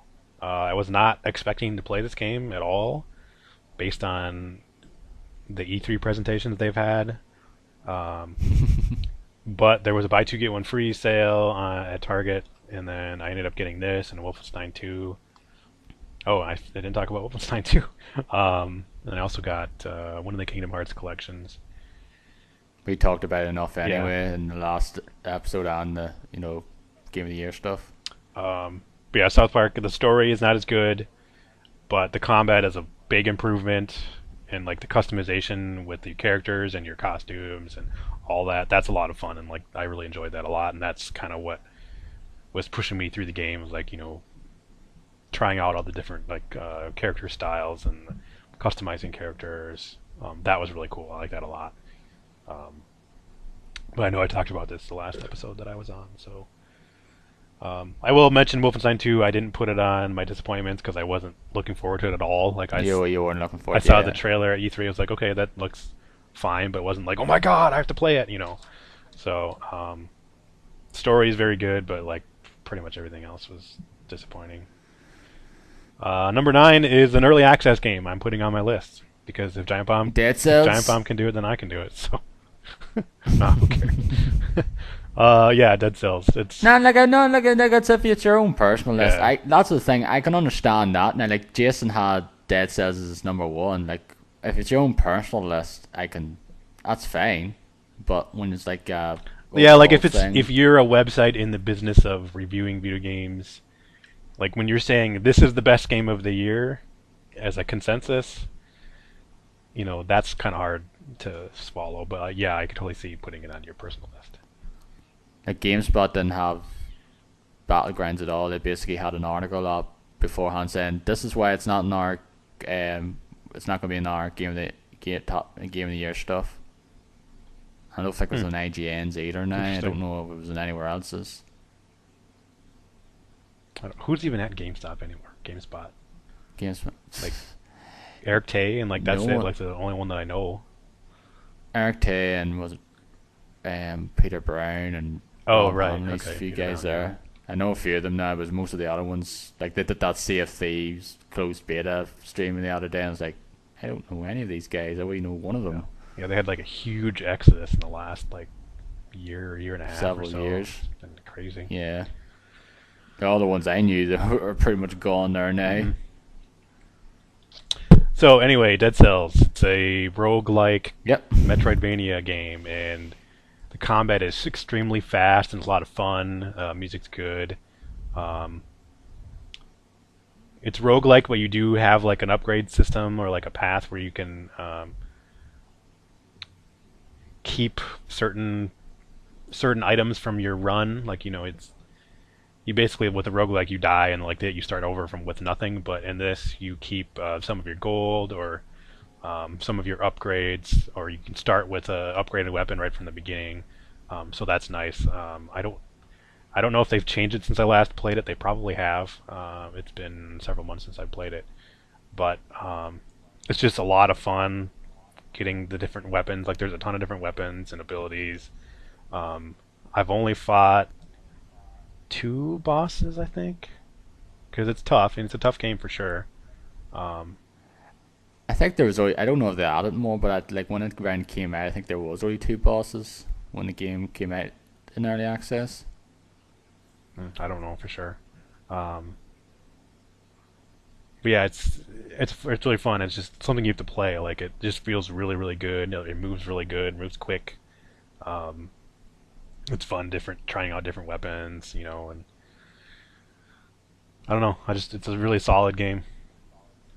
I got it though, like I think because you slammed me, and like I said, this is on sale at the moment, and I got it for like under 10 quid, and played like about 90 minutes of it or so. It's definitely a good game. Like I definitely think it's great, but I think I'm probably just waiting for it to actually fully come out so I can actually get into it then. I think they are raising the price, so if you bought it in early access, then that's good because you got it for a good deal. That tends to be the case with a lot of early access games anyway. They basically do that. Okay, you can get it now for like £10, and then when it's actually come out, it's like £20 or whatever. Yeah, those. It sounds kind of. I'm not really talking it up too much, but it's just really. It just feels really good. Like it feels really satisfying to play the game. You know. Yeah, it's a really good way. Like it's definitely like heck. It's a really great game considering the fact it's not even out properly out Hmm. yet. It's like it's still in early access. Like yeah, Yeah, I'll Considering probably. the fact there's a lot of early access games that, DayZ, for example, is still in early access, and that game's fucking 4 years now coming, and still not even out of early access. It's still in alpha, I believe. That's crazy. I heard there's like a shit show over there Yeah, now. funny. I think this is probably the first early access game I bought. You got Battlegrounds. Oh, right. Well, yeah. They're the first. They're the two as well I got last year, and they're the first two early Yeah, access that's games as true. well Yeah, I I guess I got. did buy that first. Um, yeah, I probably won't play it again until the actual final version comes out because be interesting to see what they change. But a lot of fun. It'll probably be out soon anyway, though, because it's been out, I think, nearly coming up a year. It's been out that long? No, I guess I didn't know that. I think it came out in March, I believe, or April in early access. Uh, okay, let's go on to number 8. Horizon Zero Dawn. We talked about it. Looks amazing. The story is really interesting, but like I said, nothing really else really caught me on it. I probably wouldn't have put this on my top 10 if I played, another half a dozen games from 2017, but I didn't. So, That was Dennis's favorite game of the year. huh? Okay. I thought for sure it would have been Assassin's Creed Origins. Yeah, like I said, that I thought it was his, and then when he got said that number two, I said, oh, okay, and then I knew what it was favorite game of the year was. Then after Mm-hmm. that, Number 7 is Monster Hunter Stories, which was like a good intro to the Monster Hunter world. Now that Monster Hunter World is out, yeah, um, and it's I'll be definitely talking about that game in a future episode. um, it's way different. Obviously, it's not. You're not Yeah, hunting it's more like a monsters. Pokemon You're thing. riding your monster, and you're. It's kind of well. It's not really like Pokemon, but you're fighting monsters, and then you can have them retreat back to their den. And then when you go into their den, there'll be like a nest, and there's eggs are in there, and you sometimes the monster will be sleeping in the nest, and you can sneak in and grab the egg and get out.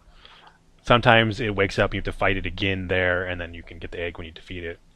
So you bring the egg back to your base. Actually, you don't even have to bring it. You just carry it out of the room, and then all of a sudden you're outside. You don't actually have to carry it all the way, which is nice. Um, go back to your camp, your base, and then you can hatch the egg there, and then there's many different monsters you can get. Um, there's a leveling system for all the monsters. There's stats, there's HP, attack, defense, everything like that. And then there's like a gene system. Like there's certain genes that each monsters have, and then sometimes there are rare genes you can get that are really strong, and sometimes you don't get a very good one. Um, and there's like this bingo board system. It's like a was it 3x3 grid, one, two, three, 9 spaces total. I think it is. And if you get three of a kind, like in a row, either horizontally, vertically, or diagonally, of like a certain type, if it was like a thunder type, then if you get a bingo there, and like you get like an extra boost to your thunder attack. So if you like really get into the game, you can farm certain monsters to try and get like the best genes and like the best bingo slot or like the best slots, and you can just have like a super overpowered monster. So that part of it is fun. The core combat, it's kind of like rock paper scissors. You have a speed attack, a power attack, and then a technical attack. Speed is blue, power is red, technical is green, and the basic attacks, if you select like a speed attack and then the enemy is selecting a power attack, they do what's called a head-to-head battle, and if you use speed, that defeats power, like blue defeats red, and like water defeats fire, kind of thing. Um, Hmm. then you do like bonus damage. They'll still do a little bit of damage to you, but you'll do a lot more to them. So that's kind of like the core combat system. There's what they call like a ride or like a kinship system, where you build up this meter with your monster. It's kind of like an MP gauge that starts at 0 or starts very low, and then you can keep building it up to like a certain point. Once you fill up the bar completely, Then you can actually ride the monster, your Monstie it's called. Um, and then there's another attack you can do. It's like a kind of like a super attack. There are actually 3 power levels to that.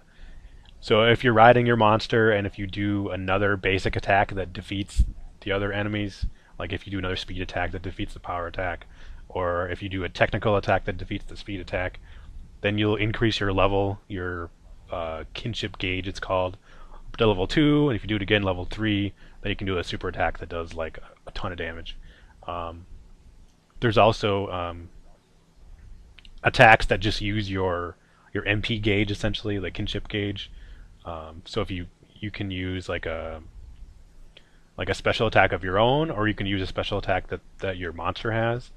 Um, so like what I ended up doing for most of the game, like in the early stages, it's pretty tough to rely on just rock paper scissors when it's all random. Like the certain types of monsters that you're fighting will have, they tend to use a certain type of attacks a lot. They don't always do that. Like some of the bigger monsters will usually almost always use power attacks, so you can just use speed and then just defeat them that way. But sometimes the other enemies will mix it up, so you won't really know for sure what they're going to use. So what I ended up doing for a lot of the game is there was a certain monster I used. It's called a red kuzu. It's a blind monster. I don't know if I'm curious to see if it's in Monster Hunter World. I don't know. Um, but it's a thunder element monster, and a lot of the enemies in the game are weak to thunder, especially early on. So what I would do is I would just level up my MP gauge or kinship gauge as much as I could in order to use like this thunder attack that it had, and it just did like a ton of damage because I spent some time monkeying around with the genes and like putting a lot of like thunder attack boost genes on that monster. So I boosted his thunder attack a lot. So I just used that, and like most of the time it would do like a ton of damage to the enemies, and I didn't have to rely on like the random rock paper scissors mechanic. Um, there's also a fire type monster I got as well. It's called a Rathalos, which I think is in Monster Hunter World. Yeah, it He's like is. your main. He's kind of like your main companion in the game. You don't get him right away, but probably like halfway through you get him. He's really strong too, so I ended up using kind of him and this red Kuzu most of the time. And then I had a few other ones on occasion where I'd switch to like an ice element monster or like a dragon element. The story isn't really all that entertaining or interesting. For me, it was really fun to get the different monsters and fight new ones, and go to their nests and get their eggs, and then hatch them, make get them on my team, and that was really fun. It's just fun to like see the new monsters. Like that's kind of the one of the appeals for Monster Hunter World for me anyway, is seeing them in the game, in the modern console era game and not a handheld game, if that makes sense. Yeah, and then just Like yeah, modern like graphics and not restricted to a handheld which looks like a PS2 game or something. Um, so yeah, for me it was the combat and the monster like collecting aspect of it. It wasn't like the story that hooked me on it. So yeah, and it definitely served to be like a nice intro to the Monster Hunter like universe. Like it has a lot of the same items in the game, so I kind of know what certain things do, and then it has the upgrading, like you can craft weapons and armor from the monsters you defeat. Although I don't like how it took a long time to actually unlock that in the game. You had to get probably like a quarter of the way through the game before you could even start crafting, which kind of sucked. But um, that's really cool. Like it's really fun to like see what the new weapon you can create is, or what the new armor and stuff. So that's cool. So yeah, I don't know. It's a good game. I know Steph to Def on YouTube and Twitter. She likes a lot too. yeah. Are good things about the game though. It's probably a good. Yeah, it's probably a good introduction though. Like if you just wanna, if something similar to like Pokemon or like those kind of games where you can collect monsters and fight them against each other. It's definitely one of Mhm. those. I might pick it up down the road. And number 6, we talked about this already. I'm putting Persona 5 here mainly because of the visual style, like the music and the combat and like the Persona fusion and all that. Like that's what I really enjoyed the most. It wasn't the story or the Story. characters as much. Like I said, there was a few characters, but um, overall it was the combat and collecting the personas and unlocking them all. Like that was what was pushing me forward. And what's interesting is due to playing Persona 5, and in my disappointment with the characters in the story, I went back and started rewatching the endurance run of Persona 4. I actually started doing that while I was doing like the new game plus or like really late game in Persona 5, just farming stuff. And it's like night and day as far as like the characters and like the story and like how entertaining everything is and how interesting the characters are. It's just crazy. The only thing I don't like about four, like I never like, is I think I like about five is it gets like into the battle stuff a lot Yeah, it quicker than does. four because you have to go through a lot of dialogue to actually start proper battles in that Mm. game. Whereas in five, it's like a lot quicker. It's a Like that's slow probably build. like Like the there's a one. lot of character development and establishing the setting and the story in 4. Yeah, And in 5 they get to it a lot quicker, that's for sure. But then that becomes like the focus. Like the story is just I don't know. I'd be interested to see what if there are people that just like love the story and the characters. Like what about it they like so much. And like I'd like to know if they mm. played 4 or not. I've heard a lot of good things Yeah. about There's a 3 lot. as well, and I kind of want to go back to 3 and try it again, but just put it on easy just so I can see the story. Because what really sucks about Mm. 3 is that you're limited to the battles you can do. So you can't like go and grind or farm levels because your characters get tired after a certain point. And they're like, "Oh, we're tired," and then you take more damage. You don't do as much damage, so you have to basically go back and quit for the day. So that I tried to play 3 and I got to that point. I was like, "Oh man, this sucks." Have you got the FES Yeah, I have version of Fez it? on PS2. Yeah. FES, okay. Yeah, I Yeah, have I it as hear well. the portable one is the best one, but you lose a lot of the like the 3D Yeah, models. like actually walking around. Yeah, 3D mods and walking around and stuff like that. It's just basically just choose this from a menu or Right, whatever or it you're just is. looking Yeah, at that's like a the character portrait and difference. that's it. Yeah. Yeah. So I don't know. I might, if I get like a lot of extra free time, I might go back to 3 and just put it on easy and see if I can make it through that because I do want to see the story in 3. Number 5. I don't think anybody has this on their list at all anywhere. is a is the first of 2 Souls-like games that I have on my list. I played this on PC, and that is The Surge, which is by the Oh, right. developers of the Lords of the Fallen game, which a lot of people didn't like, but I enjoyed it for what it was. Um, the Surge is a sci-fi Souls-like game, basically, like the Yeah. same basic concept and the same basic like combat mechanics for the most part as Dark Souls, but it's a sci-fi setting, which is really cool, and that was the biggest appeal for me. It's really fun, really satisfying combat. There's this whole dismemberment system where you're cutting off limbs of the enemies and like the heads, and like if you cut them off in like a certain way, you can get the parts that they're like the armor parts that they're wearing or the weapons they have in that hand, and then you can go back and make craft them for yourselves. Um, that's cool. And then the actual like when you're actually cutting off the limbs, there's actually a setting in the game where you can make it so that like on occasion, like normally on occasion, what would happen is the game would go in slow motion and you'd see him like it'd make this really big sound like and as you're like chopping off a leg or something, or like doing this death animation kind of thing.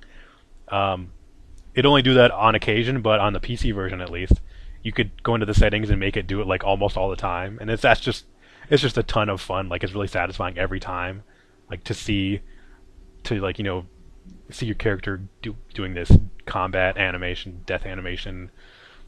They're different each time. Like depending on what kind of weapon you're using or what enemies you're facing, they'll be a little different. So that's always fun because it still doesn't happen every time, but it's more often than the default setting, and I just got a really big kick out of that. So that's fun. The combat is really fast. It's a lot faster than like your basic Dark Souls. It's closer to like a Bloodborne or Dark Souls 3, I guess I'd say. Um, My only real complaint with the game is that there are not enough bosses. I think there are only like 4 or 5, maybe 6 at the most. I heard this is not a very long game either. No, it's not. Yeah, it's definitely not as long as most of their Souls games. I think that's just because there It's like wasn't as many bosses, and there's not as many levels it's either. like what Like you're it's like what 20 hours or something, 15, 20 hours or something like that. at least 20, yeah. Um, and another thing I guess I didn't like is there wasn't as enough variety in the levels and the areas that you were going into. You ended up going into the same area several times, but just like in different parts of the levels. That makes sense. Um, Yeah. so that got kind of a little boring, after a while. But yeah, I started with I was trying to do like a power build, like a strength build kind of thing, but that really didn't work for me at all with like the first boss. Like that just he just destroyed me over and over and over, and it took me a long time to finally beat that first boss. Um, After that, I ended up switching to like a kind of like a what would it be like a dexterity build or something. Like it's Yeah. real fast build. And that just helped a ton. Like it helped me a lot. Like I didn't have as much armor, but I could move like way quicker, and my stamina. I wasn't using so much stamina, and I could dodge really easy. Like so that helped a ton. And I ended up beating or finishing each boss in the game either on like my first or second try.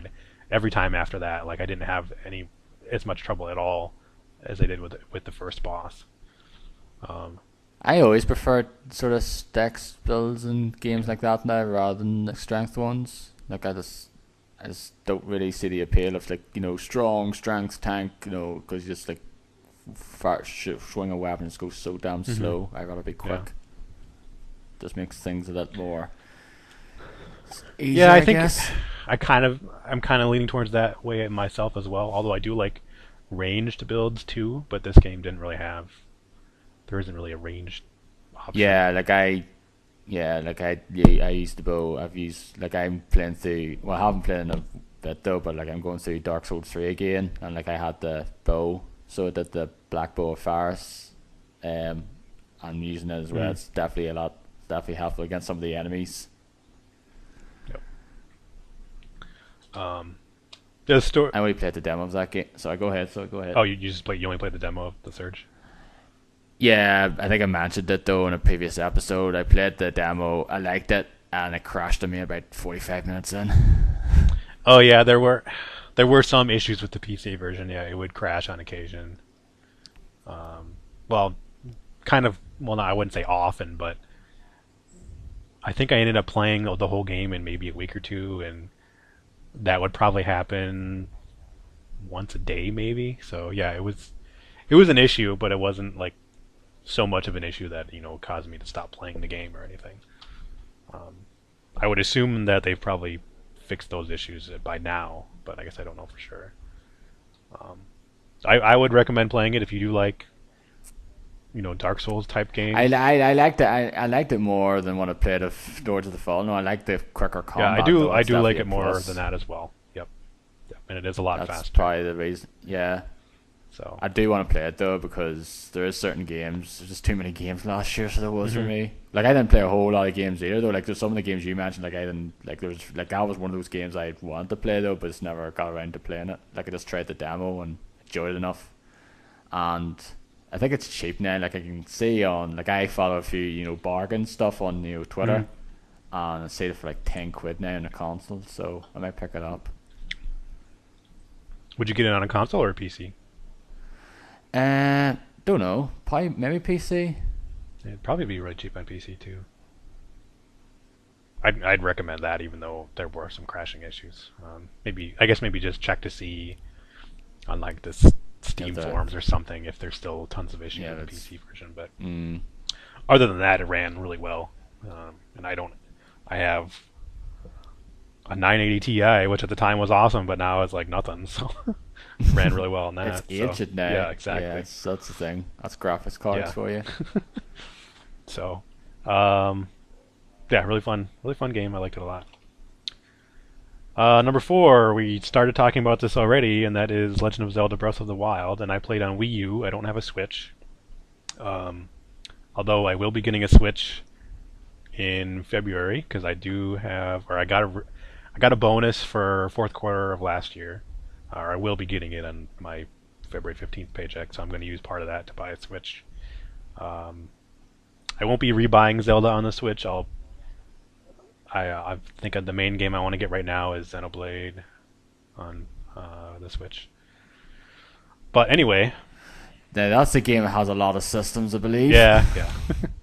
It's another game. I think I hear that it's kind of like a slow burn on the combat system. Like it's at the beginning, it's kind Yeah, of basic, but like later on, it like gets way more complex. So, yeah. yeah, Breath of the I Wild. bet. Like I said, I was immediately hooked on the game. Like for the first time in a long, long time, I've like really enjoyed playing a Zelda game. Um, just loved exploring the world. Finding all the little nooks and crannies, and just it always felt like there was something to find, and there's something rewarding when you get there. It wasn't just some dumb little icon on the map like, oh, here's some audio log or something, or here's some little you know flag or something you collect. Like it always felt like there was something worth finding, in the game, whether it be like an item or um, the Korok seed, or oh, what can I think? Generally, always something worth finding in the game. The combat, at first I had issues with the combat. I didn't really like engaging in it that much, but as I got like better weapons and better items, that wasn't as much of an issue. And I started to learn how to use the abilities more, like the stasis and the bombs, and using those a lot more than just relying on your sword or your bow or axe or whatever you have. So that was really fun. Like all the shrines, finding those. I didn't find all of them. I found probably, I don't know, 70 or so, I would say. I ended up with maybe like 15 hearts, I think, and then 1.5 stamina wheels, and that was enough for me to finish the game. I didn't need, like every single shrine or anything. Um, but going through all the shrines and those puzzles were kind of fun, which I usually don't enjoy those types of puzzles in games, but the way they were designed in this game was really enjoyable, really satisfying. There wasn't really that any that got me too stuck. I think there may be a few that I had to look up the solutions for, but most of them were pretty like intuitive, and it made sense trying to figure out how to solve them. Um, and like the cooking system, that's really cool. Like finding all these different like recipes, and giving yourself health boosts. Like even though I didn't have all the hearts you can get in the game, if you cook certain items, you can give yourself like a temporary health boost. Like you get more than the maximum HP. So that was really cool. I liked that a lot. So I ended up farming a lot of I think it was like the hardy durians. I think is what I ended up farming. There was a spot near one of the They're towers. the ones that give you the extra sort of hearts, Yes. is it? Yep. Yeah, I think they're hardy Yeah. journeys or hardy something anyway. There was an area right by one of the towers, so if I ever needed more of those, I'd fast travel there, and you pretty much just like float down on this one ridge that had just like a ton of them. So I'd farm those every so often and just cook them up, and so I basically had full health, the maximum health that you could get, even though I didn't unlock all those hearts. So that was really cool. Um, Same thing with a stamina meter. There's certain items that you can cook that'll increase your stamina at more than the maximum that you have, and that was really cool too. Um, and like the inventory space thing, like at first, the very early stages, it is kind of an issue, but um, like as you progress through the game, it becomes less and less of an issue. You have more slots, as you get more Korok seeds. And then the weapon durability, same thing. Like it was an issue at first, but at a certain point, you just get better and better weapons that last longer, and it was never really an issue, after a while. Do you get the Master Sword? Yep, I got the Master Sword. That was pretty cool. Like the quest line to get that was fun. Um, and I got the Hyrulean shield too. Um, that one's kind of hidden away in Hyrule Castle, but that was fun Yeah, getting as well. that was one of my favorite parts of the game. Though I really liked Hyrule Castle. I love the music in it, Yep. so I did. Yeah, that was one of my few complaints with the game is the music or lack thereof. Like there were a few spots where it had good music, but most of the time there's not really much music at all. So Yeah, just like very sort of subtle ambient kind of yeah, music when you're like walking around um, though. But yeah, that's one thing I do kind of miss. So, but like the music was there is like good and all, but I would have preferred if just right, and more of that's it to be like honest. Zelda's been known for having really good music, for years and years. But in this game, you know, it's largely absent. you know, so um, yeah, the Guardian Beasts were not too much of a challenge for me. And like I don't know if you heard it, but I mentioned that I don't play a lot of like puzzle kind of games where you have to figure out puzzles and stuff. But um, they all pretty much made sense for the most part. Like there were a few that I couldn't figure out the solutions, and then once I did, like, oh, okay, I get it now.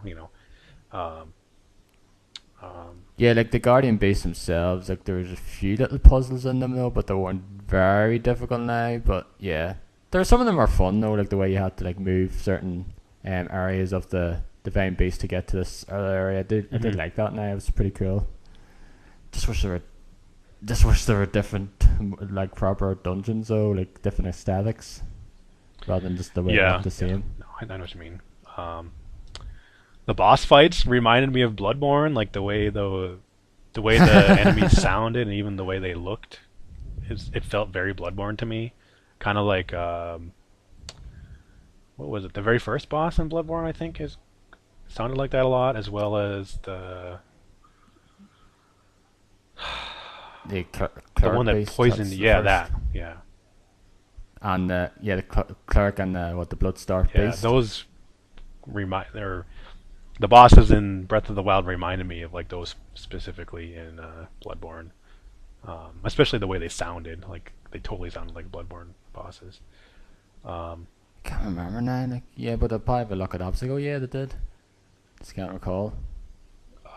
and like the abilities you get from each of those guardian beasts or defeating those bosses were really, well, most of them were really beneficial or definitely worth getting. Like I liked Rivali's Gale a lot. Like that one where you like float really high up in the air and then you can glide to like a greater distance than you normally could. That's that was very beneficial. The Mifa's Grace one where you basically get a free revive if you die. That can help out a lot, although it sucks that Yeah, it takes that's 15 minutes definitely. for it to recharge. Um, Yeah, the was it the Fury? Was it? I forget what her name. Urbosa or something. Fury. yeah, Where you Rosa's like spin Fury, I think around it and is. then Yeah, like lightning comes down. Like that's really cool too. I didn't really use the shield one very much. the Goron Yeah, I one didn't that use was that was one it? a whole lot. I guess that was the last one I got as well, and I think I once I finished that, I pretty much went straight to Hyrule Castle at that after that. I think after I got the memories, so I didn't have a whole lot of time I with that think one. that was the last. I think that was the last one I did as well. The Goron one. I did the what was that? I did the Sora one first. Then I think I did the Gerudo one. Then the oh fuck, what the name is it? I forget what the name of the birds are called in this. That one, and then I think I did the Goron one. I think that was the order I did them in. Yeah, for me it was the Zora one, the Bird one, then the Garudas, and the Gorons. Um, yeah, and the Ganon fight was interesting. That second part was fucking piss easy though. We were riding around and like shooting the light Yeah, arrow or whatever it was called. Yeah, yeah. it wasn't. Yeah, it wasn't hard. It's just you get to know what to do, I guess. Um, yeah, no, I really enjoyed the game. It was the first time in a long time since I played a Zelda game and finished it and enjoyed it. So, How many hours did you put into it? Do you know? I don't. Probably like 60 or so. I would guess. Yeah, that's how much I did, 60 Probably a little plus or more than so. that. I think I did probably play it a little more than you, but definitely not like hundreds. That's for sure. Not that much. So Would you get the DLC? I do plan to. Yeah, I just haven't got around to getting it. I know there's like there's like an access sort of dungeon or whatever, and then the second one now, and there was like a bit more story stuff. Yeah, there's like trial. There's like a Master Quest trial or something like that, where does it take away all your items or something, and you have to finish. That's the first Okay. one now. Yeah, Trials of the Sword, and then the second one's the Champion's Ballad. So I do intend to get those at some point. Um, I don't know. I may end up waiting until there's like some Game of the Year edition and just buy it on Switch and start from the beginning because it'd probably be easier at this point to do. Because like some of those things, like the ability where to like track where you went, like if you had that while you were playing the game, like that'd be a big help too. Yeah, it kind of sucked that wasn't in the Yeah. actual vanilla game itself, and it had to be part of Yeah. DLC. Because I would have liked that. I was like, yeah, Mhm. you shows you where you've been in the last 200, like I think it's up to 200 hours or something. That would have been nice. Yeah, definitely agree with that. All right, so But yeah, yeah. now we are into our top three.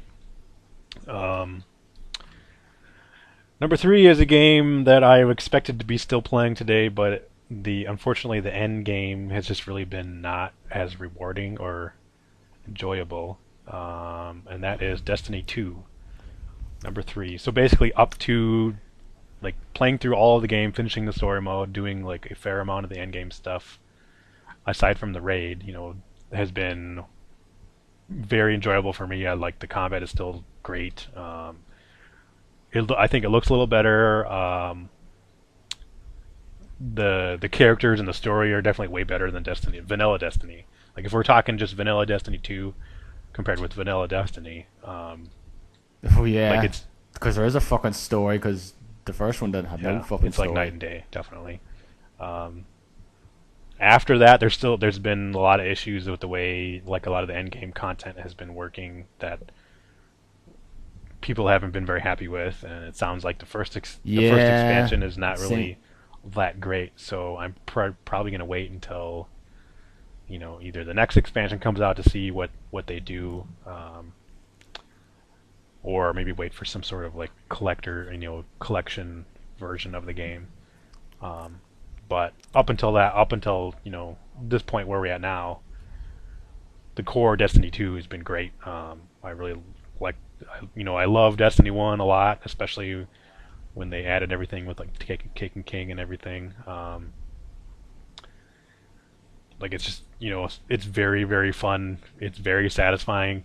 I think it's for me it's my favorite first person shooter combat gameplay system. Like it's always satisfying just shooting guns and getting headshots and collecting different guns. I probably agree with that there. Like I definitely like that was the main hook of the first Destiny Mm-hmm. now anyway, Yep. was the gameplay. The gunplay was just so fun though. That's why I played it though for quite some time. Yep. Yeah, and unfortunately, some of the end game stuff, like the repetitive activities, are just not as rewarding or enjoyable at this point. Um, like I don't like how they changed the nightfall so that it's timed. Like I don't like that at all, and it's Yeah, like that's I like the yeah, that's like it wasn't it was in my honorable mention, so it wasn't in my top 10. It was actually in Dennis's top 10. I think it was number 6. So okay. it was. Um, like the way the light levels work in Destiny 2 seem to be different than 1. Like the Nightfall says like 270, and we were like in the early 300 or 290 or something. No, it was 240. Oh, Or the 240, Nightfall, and and it's we like were like, yeah, it's yeah, insane like how quickly you die, and it's just crazy. Like I don't understand how that yeah. is. That was completely bullshit though. That there 240. Fuck Yeah. off. That was not 240. That was 270 at least. You had to be, and we were like 270, 280 odd or whatever at the time, and we were still getting our ass Yeah. kicked. Yeah. Like we tried like maybe about 3 or 4 of the Nightfalls, and I think we did like 2, I believe. Yep. like there was something like some of the because some of the different modifiers were easy. Like some of the ones were like okay, this is dead on, but the other ones were like the ones you had to like shoot the like the things around to get more time or like jump through those hoops or whatever. I couldn't. Those ones sucked. Yeah.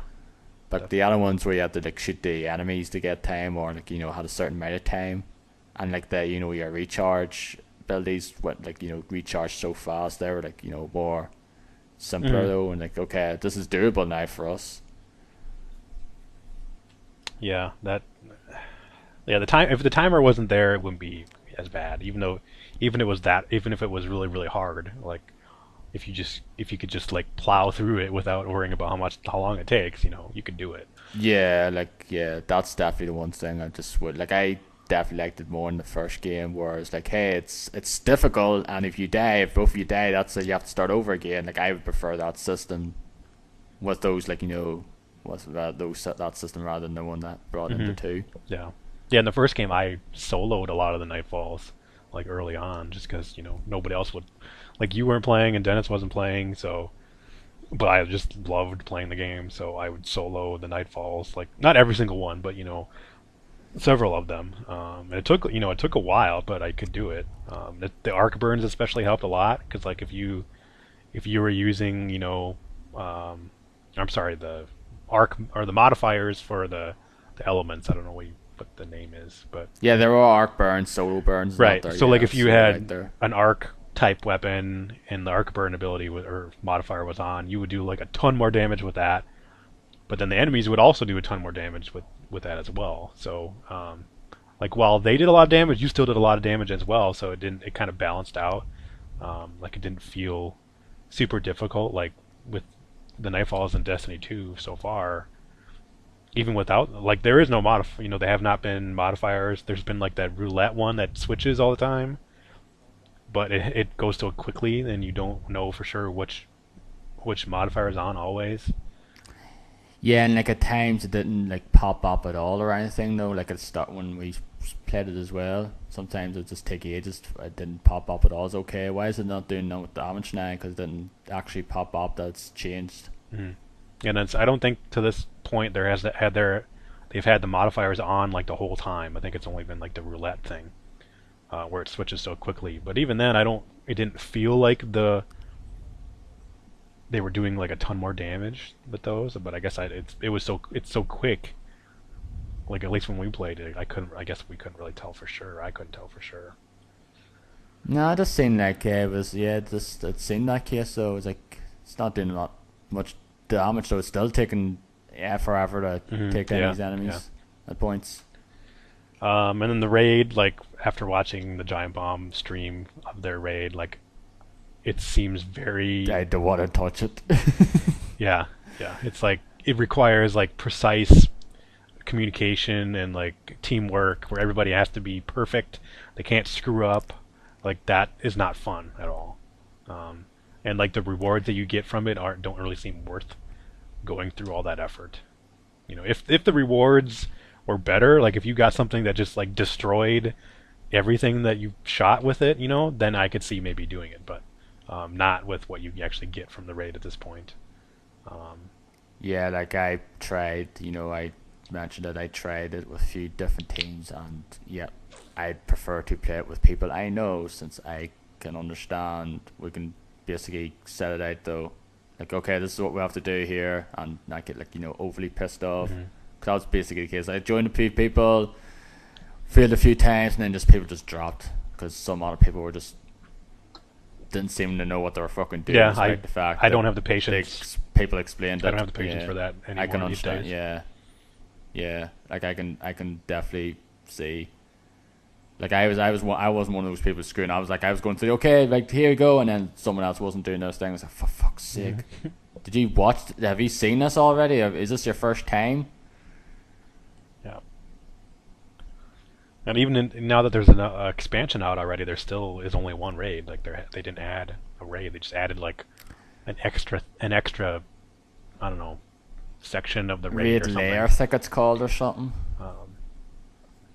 So I'll be curious to see. I'm assuming they're going to add another raid at some point, and I wonder what it's going to be like. And I wonder if it's going to require so much precise teamwork as this first one. Um, I hope though. I hope it's more along the lines of say the Fault of Glass. like, cause that was difficult for us for sure, but it didn't seem to be so demanding on everybody doing like all these different Yeah, things, like in sync, or like without making any mistakes at all. Um, yeah, like I was the only thing we had to do. It was just like the last part of it though. Like we were over leveled at that point anyway. Though we went through the first chunk of that stuff like easy mhm. enough. Though it was like the platform parts where it took Dennis forever to get Yeah. down. Like I was the first one to get down there, and then everyone else followed suit, and it took him like 20 minutes or something to get down there. And then we fought Altheon, and it took a while.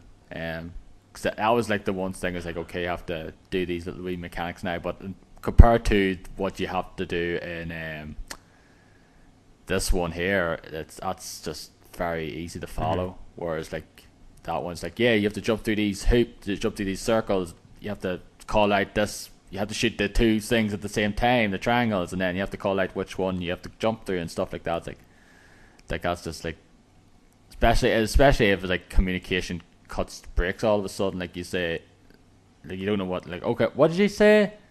Like if like Right, or if you voice just cuts off or if there's something. so much That's going on, you didn't hear somebody say something even though they did, yeah, or like if somebody has internet issues, like if one person falls out, then it just screws up the whole team. yeah, because that seemed to be the case. Like I didn't watch all of the raid stuff. Now Giant Bomb did that, but that was the seemed to be the case for them. Though, like especially the last part now when they're fighting whatever the fuck that guy's name was, I forget it was. Seemed to be a lot of sort of Hmm. communication Yeah, breakdown, and Alex seemed to be having a lot of internet hmm issues. yeah. Like everybody has their role, and they have to do a specific thing, and if you screw up, then it screws up everybody. So like Yeah, that's really tough. uh, I just wish it was like 3-man raids or something. Wish it did that'd something be like that. interesting, yeah. Well, that's kind of I guess that's Yeah, kind of like what a Nightfall is, or a heroic strike or whatever. But maybe if they were a little yeah, longer or something, yeah. yeah. Just get better stuff though. Cause like I don't want like they spend like 20 hours overall I think doing that there, and it's like no No, fucking way. I'm not gonna spend fucking that long doing this no. here. So hopefully, the next big expansion, they revamp a bunch of stuff and it gets better. All right. Yeah, like I dropped off that game a lot quicker than I thought I would. So I did as well. It's just I enjoyed it though, but like I said, just after that, after we did like the nightfall, that was like the last sort of thing we wanted to do before this raid, and but that was it. Then it's like I'm not gonna bother with the raid anymore because unless I get a bunch of Mm. people like yourself and that or Dennis and a few other people I know. But you're the only person who's like really in like I know that's like really into Destiny. Yeah, and I didn't even buy the expansion. I was ready to, but then I heard like it was not that great, and so I was like, I can Yeah, wait.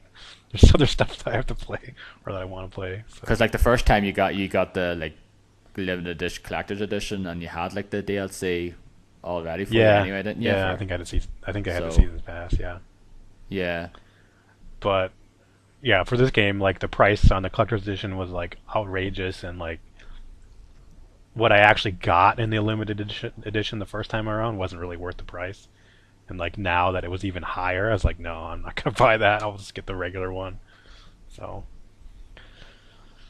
okay, so I have two games left.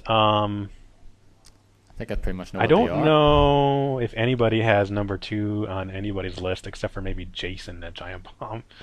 Although I know like Jeff seemed to be into it at the time, but I doubt he even put it on his list, and I doubt it made the top 10. But that is another Souls-like game that came out early in the year, last year, and that is Neo. Um, It was on my top 10, but lower. It was number 9. okay. I love that game. Like combat is so much fun. It's so fast. There's just tons and tons of customization options in the game. Like there's tons and tons of systems, to like understand and wrap your head around. But I feel like I was able to grasp them easy enough, and it was explained, in the game. yeah, it's just tons of fun to play, to experiment with all these different weapons and armor sets to get, and reforging armor. Just like it felt very Diablo in some aspects of the game. Um, Yeah, especially it's a very like sort of loot hmm heavy game Yeah, as like a well loot. because like enemies drop all sorts of weapons and like it's like different colored as well. Like it's all like blue, yellow, like purple and stuff like that. Yeah, Yeah, very a loot heavy Soulsborne basically. Um, set in the Japanese what is it, like Edo period or something like that, I think. yeah. Um, Like feudal Japan or whatever it's. I think it's yeah, feudal yeah. Japan. I think it's known as. Tons and tons of bosses. Lots of different levels. Um, I guess my only complaint with the game is there are not enough enemies, like of the basic enemies. Yeah, Um, that's kind of what I think I talked about as well. It's like, yeah, there's not a whole lot of enemy variety. Like, I just wish there was more rather than, hey, it's this same enemy, but it's just a bit more powered up or whatever. or like a different color or something. Yeah. Yeah, like, yeah, Like that's it would exactly. have the same attack pattern. So if you were familiar with the attack animation of a certain enemy, you'd know how to deal with it or get around it or dodge. So it, Yeah, just does more damage or right, it didn't something. require you to like learn a new enemy on every stage. It was like, oh, here's another one of those Cyclops guys. I know how to deal with them, and so that is probably the only my only issue with the game. But it was a lot of fun. The combat is just so much fun, and collecting, like trying to get better gear is always a lot of fun, and um, like it's drives you forward. Aside from just beating the levels, um, lots of bosses, like I said, and I for most of them I didn't have any trouble. Like a lot of them I defeated on like first, second, or third try. The only one that I really had trouble in the main game, not including DLC, is the I forget. It's just like some lady that uses ice. I have no idea what her. I can't remember what her name is, but that was a really difficult fight. Yeah, I think I did that in my first go, but I think because I cheated me. I used the, whatever the, the thing that slows Yeah, them like down. that kind of breaks the game. There's like the magic system where the enemies go into slow motion essentially, um, for certain amount of time, and if you upgrade your that ability to last longer or whatever, like that kind of trivializes some of the stuff. So Yeah, like I used it for a few of the bosses, so I used it for like the spider boss and not there. But then, like after a while, I was like, I'm just gonna properly fight these enemy bosses and not there. And if I do come across any problems, I'm just gonna resort back to it though. But most of the bosses, like I said, yeah. I think I think I did the final boss on the first or second go, and like the one before the main enemy in the game, he was fucking piss easy. He's like easiest boss in the oh game. yeah, yeah, I know what you mean. Not Oda, but like the guy with like the hood and stuff. That guy. Yeah. Yeah, the one who sort of resurrected Oda Yep. Yeah. Nobunaga. Yeah, he was easy. Yeah. I forget his name though. It's just like a normal name though, so it was anyway. Um, yeah, like an English name, like a Western name. It wasn't like a Japanese name. Yeah. Yeah. In the DLC though, I did buy the season pass, and the first As DLC if I got to, I don't know if it's the last boss in that DLC or like the second one, but he's like really freaking hard. Like, um, I haven't gotten that far, like I said, I fucking stupid that first boss in that DLC fucking kicks my ass. I have to level yeah, I up think badly that's because it kills my me like issue is one that I'm just hit. not high enough level. Like, because that each time you go into the mission, it'll tell you like what level it is. And like for most of the game, I've always been under leveled, but now it got to a point where it's like I'm like 50 levels below or something. It's just crazy. Um, Yeah, like I think the first mission of the DLC is like 150, I think it is, and I'm like 118 or yeah, something, or yeah. 120 or something like that. I was like, yeah, and like that boss, just like I can't, it kills me literally in one or two hits. I cannot Oh, survive that's the any guy, more like than the that. centipede guy. Like, he has one of his arms is like a centipede. That guy, I think.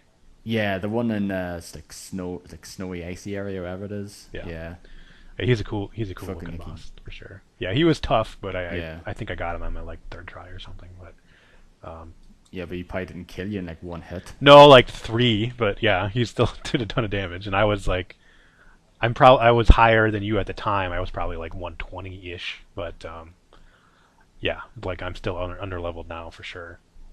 Um, the second boss has like Yeah, like multiple elements, and he has like a second form towards the end where he just gets insanely powerful, and he kills me like so quick if I'm not on my game. Like I know I almost killed him once, but I like couldn't get back to that point. I just kind of got pissed and I was like, okay, I'm done. And I don't know, I ended up playing something else or something else came out, so I haven't gotten back to it. Um, but that's just a ton of fun. The game's a lot of fun. yeah, like I said, I really enjoyed it though. But there was games I like probably more though. Like it would have been in the top five probably any other year if it came out like the year before or something, like easily enough. But it's just other games that I really enjoyed more than it though. I still fucking love the game though. It was still because like was the second game I got in last year, Mm-hmm. so it was, and then it's still up in the top 10. But yeah, I know. Yeah, I know. I definitely was not surprised it was in your top 10 because I know you really liked it. Yeah, I think did it come out? When did it come out? Like It came February. so. Thing as well, we were looking forward to it because of the Yeah, the whole betas that beta they and had, alpha and like stuff that was like a that. lot. They were a lot of fun. Yeah, Like the very yeah. first one Like they the had was alpha. like really freaking hard, but then they lowered the difficulty quite a bit. Yeah, it was like fucking barely fucking made it through the bloody Hmm. mission. Yep. And then just yeah, it was definitely a lot easier then. Thank goodness. Because if it was like that, the full game came out, I'd be like, fuck this. Yeah. Um, so I'll just mention that I used like an axe build for most of the, or pretty much all the game. I think I occasionally like experimented with like a spear here and there, but it was mostly axe build, and I was like min maxing stamina, mostly stamina and strength. The nice thing is every time you put a point into stamina or I think anything, like it still increases your HP as well, so you didn't have to worry about putting points into just HP to get your HP up, so that helped a lot. But I had my stamina up super high so that I could wear heavy armor, but I was still in the green. Like you had the like green, yellow, and red as far as like your mobility and like how fast you move and how fast you dodge. Um, so my stamina was so high that I could still wear heavy armor or like 5 out of the 6 pieces of heavy armor. Um, and then still be super fast and like super nimble. Like so that's all. That was just a lot of fun. Doing like a lot of damage with like an axe, but still being able to dodge really quickly. Um, did you ended up using the Kuragami or whatever? The Kusaki? Kusanagari, I think it is. Yeah, I used that a lot on like the sword, like katanas. So that's, Okay. but yeah, I used them. They were the sort of main. I used it as like a spear at the start, I believe, as well. But I switched to the Kusanagari and well, the ball and chain or whatever, the scythe, Yeah. whatever, and like this katanas. Yeah, I fucking loved using it. So it did. It was really Yeah. good. Sometimes you Watching. just like stun them and just like Yeah. When I was watching a lot of YouTube videos on like builds and like strategies and like farming techniques and that kind of thing, most everybody was using that kind of weapon, and they were also using the slow mo magic ability to like to play the yeah, game. For me, I didn't put anything or maybe a few points here and there into like the magic and the ninjutsu tree just because I think they had some like health increases that I probably got, and then like maybe something for like dodges or something like that, and then the ninjutsu tree. But I didn't use any of like those like buffs or anything. So yeah, the Mayo magic. Yeah, all right. So Neo, and number one is Yakuza 0. Which we both have the same game of the year. was the last time that happened? What, Walking Dead, maybe? Yeah, Yeah. Um, I wasn't even going to buy this game, but I heard good things, and there was a sale at Target on like for $40. I was like, okay, well, sure, I'll get it. I like. Um, I had seen some of Yakuza before that, and I had played the demo, so I knew it was kind of like a beat 'em up sort of game, like set in Japan, and there was a lot of like activities and side stuff that you could do. So I was a little bit familiar with it, but since it was like a prequel or like a good starting point, that was a big part of why I bought it as well. So yeah, and I just love every aspect of the game. The combat, even though I know people have complained about it, but I find it to be a ton of fun. Like all these different fighting styles, just using the beast style and like grabbing a guy and like doing some like crazy jumping pile driver like never gets old every time I do it. Yeah, like yeah, he grabs him and he's like he just slams him down in his head. Though, And yeah, like that's there's class. just so many really cool, heat actions like that. That's for people that don't know what the game is. Like that's a heat action. It's kind of like a special move you have to do to once you fill up a meter. Um, there's just so many that I don't think I still haven't seen all of them. Like even Did you get the one with the umbrella? um, there's like a really basic one where you just use the handle of the umbrella to like pull a guy towards you and you kick him. I've seen that one, but is there another one?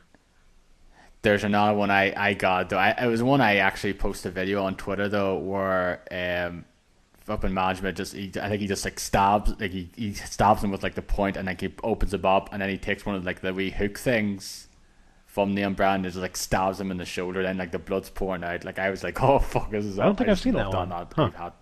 So is it it's a Yeah, like I Majima posted. only heat action then? I don't know. I used this with Majima. No, I don't know if Kiryu can Okay. do it now. That's the one I did it with Majima. So I did. I think I was my favorite one I came across in the game. I'll have to look that up because I haven't seen it. Um, And you can and like I know Jam Bomb and the Jam Bomb East crew like out the last episode the Beast Needs the supplemental episode where they went through certain oh things. yeah, they They watched watched the those parts video on with all YouTube. the hate Yeah. actions and there's I think it's there now, so it is. But yeah, that was my favorite one. Okay. For me, it's the beast style pile driver thing. Like that's just so fun to do that. But there's just Like so broken many like that are necks. just so fun. Like and it feels really good every time you do it, even though you're just like pressing a button. But it just feels so satisfying to do every time. Like they never got old. I even know I did them like loads of times, so I just never got old. Like I love doing the one in like the suplex on the flipping like barricade thing as well. That was pretty cool. I Hmm. really like that one as well. Um, so yeah, that's always satisfying. Like all those different heat actions with the combat is just it makes it very rewarding and worth engaging in. And it didn't feel too difficult. Like in Kiwami, it just feels a lot more difficult. But in this, like it just feels like a good, solid, like hack and slash or kind of beat 'em up combat. Although it is The pretty. only Oh, sorry. Go ahead. no, the only times I sort of like quote unquote died were against Mr. Shakedown. Okay. That was it. I never actually died in the main game whatsoever. I think I did it a few times, but I don't remember where exactly. I did die to Mr. Shakedown too, but I got like I was so into it. I was like farming money using this technique where you purposely lose to Mr. Shakedown to take all your money, and then there's an ability where if you beat him, you get back like more or like an extra amount that you wouldn't get. Yeah, So I kept on doing that over and over and over until I don't know if I might billions have of gotten to yen. a trillion yen. I forget exactly where it was, but I had just like loads and loads of money. Not as much as some people. Like if you look it up on YouTube, like people are in like the multi Nay nay nay nay nay trillions and nay nay stuff. nay nay. nay. I didn't get that crazy, but I had enough where I could unlock, you know, all the real estate stuff, and I'm pretty sure I got like all the abilities. I believe. Maybe there was a few that I didn't get when because I just ended up finishing the game, but pretty much every ability as well. And the No, I tree. never got that. I got every single ability in Kiwami now, but not in You this did here you did now. on the dragon style too. Oh, yeah, well, and the Oh, normal okay, abilities yeah. actually, yeah, not all the dragon, yeah, because you have to go through, you have to do the Colosseum stuff and all that. There, it's like, nah, I'm good. Yeah. I'm good. Um. So yeah, it's a very serious game, but at the same time, it's very goofy and humorous. Um, like Indeed. the core story is extremely serious, but at any given moment, it can they can have like a joke or a one-liner or a side thing that you do on the way to like a main story quest that's just completely unrelated and just hilarious, and that's just it does it really well. Like it really balances the systems or the like the humor with the seriousness. Like it never felt weird or anything. Um, there's just so many sub stories, so many side activities to do, and pretty much every one Do you was have a fun Do you or have a favorite one? well, as far as mini games go, it's definitely the Cabaret Club, Sunshine. Yeah, well, yeah, we'll definitely talk about that. But like, I mean, sub stories. Jeez. Oh, I know. So there's one where you have to. There's a little kid that wants a magazine out of a vending machine, and We forgot. I completely forgot about that one. Then didn't mention it. We didn't. That didn't come up. he. I don't know if he does. I don't think the kid knows what they are really, but they're like Yeah, he just wants his magazine or yeah, something. and they're like porn magazines, and you're trying to decide if you should really give this kid a porn magazine. So, and then if you do, you want to make sure you don't get seen by anybody getting him, getting it for the Yeah, kid. So it's like a stealth mission, kind of like a Metal Gear thing, where you have to sneak into yeah, this alley where this vending machine is without any of these people seeing you. Um, and it's kind of tricky. Like it took me a few times to do it, yeah. Same but just here. the basic concept of it was just so hilarious. Like the fact that you have to do this stealth mission to get this porn magazine for this kid it was just so funny. Um, that for me that was my favorite one. Not because of Yeah, I really like like that the one. difficulty of it or what, just the whole concept of it was just hilarious. Just yeah, but there is just so many silly ones Hmm. though. I think Dennis's one was he said he talked about it was the the old woman cutting a line in that there all the time. The one you could pick up, the old one with like the purple hair, and she had like the tiger Oh or yeah, lion jumper. You could pick her up as a yeah. What the hell did they hostess call her? for a club. Obligitarian or something weird. I've never even heard that term. Yeah, it's like a yeah. Yeah, I forget exactly. It's octogenarian yeah. or something like that. That yeah. Okay. Something along those lines. Yeah, she was like Yeah, a you total like that one. bitch. Yeah. No, I just love, like I said, I just love the fact you could get her as a Yeah, and poster she's like one so of the for best your ones. club. Even at yeah. Yeah. Yep, that's funny. Yeah. Uh, the one I come to I really like was the cult one where you have to rescue the woman's Oh, daughter okay. from the cult.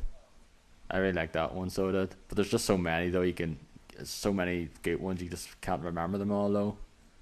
Yeah. That's one I like. But yeah, that one there, the one you talked about with the kid, that was definitely a good one as well. It's just so many great sub stories. That was just we talked about earlier. That was just the sad thing about Kiwami. There was so many forgettable Hmm. ones. Like there was a couple of good ones, but a lot of them were like forgettable compared to the ones in these ones. And some of them were actually like pretty touching in ways, like these like wee little sob stories as Oh well. yeah, a Like lot of the them were. one in Yeah. the like the father in the park or something, like wanted to see his like son or whatever it was, or daughter or whatever it was, something Yeah, along he those was in lines. the It's like complete Yakuza, and then he had to leave, and then he like got like plastic yeah, surgery to change his changed his face, and he yeah, wants to be with his family, but he's like yeah, secretly playing with his kid at the park and stuff, and yeah, there were several of them that were like that. Yeah, definitely, and those were yeah.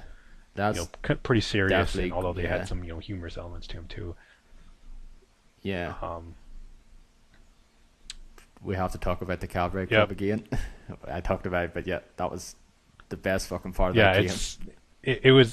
it was kind of like it's a pretty steep learning curve to get into at first. Like there's so many like little systems you have to understand how they work.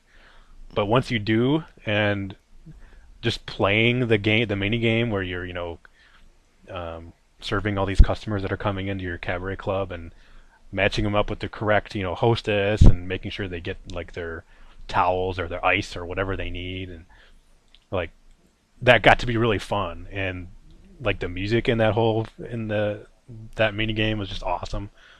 That music's just in my head right now. I can just Yeah. picture it right now. Yep. Fever time. Yeah. Fever, yeah, it's Yeah, awesome. and then the whole like there's the whole story to that mini game, which like that whole mini game could be a game itself. Like you could sell a game like that on Steam or something separately. Like there's so much to it. Yeah, just like put it up for like $10 or £10 or something. Like, here you go, this Yakuza fucking cabaret club Hmm. game. Here you go. Yep, that definitely would work. Yeah, and like there's you're taking down all these rival clubs, and um, each one has an interesting story to it. And you're also getting to know the hostesses that you're. Um, Yeah, the platinum yep, hostesses. Yeah, not every single one. A lot of them are just there for like you know stats or to be there, yeah, but like the um, like Yuki. God, she's like the only one I know for her name. Uh, yeah. 'Cause she's like the yeah, first one you get though. Yeah, but like every time you beat like another club, you get another platinum hostess, and then you go through like the talking with her and like leveling them up and stuff like that. yeah, and they And each have their own like separate sub story at the end that you where you like learn about their character or yeah, do into something fun. Yeah, there's just it's so much fun. Like it's pretty hard to explain. that's Just that's the one big regret though. Like I never finished that thing. I only did the first two clubs. Like I did most of the real estate one though, but I only did the first two oh clubs and jeez, you should. the It's cabaret worth one. it's worth finishing.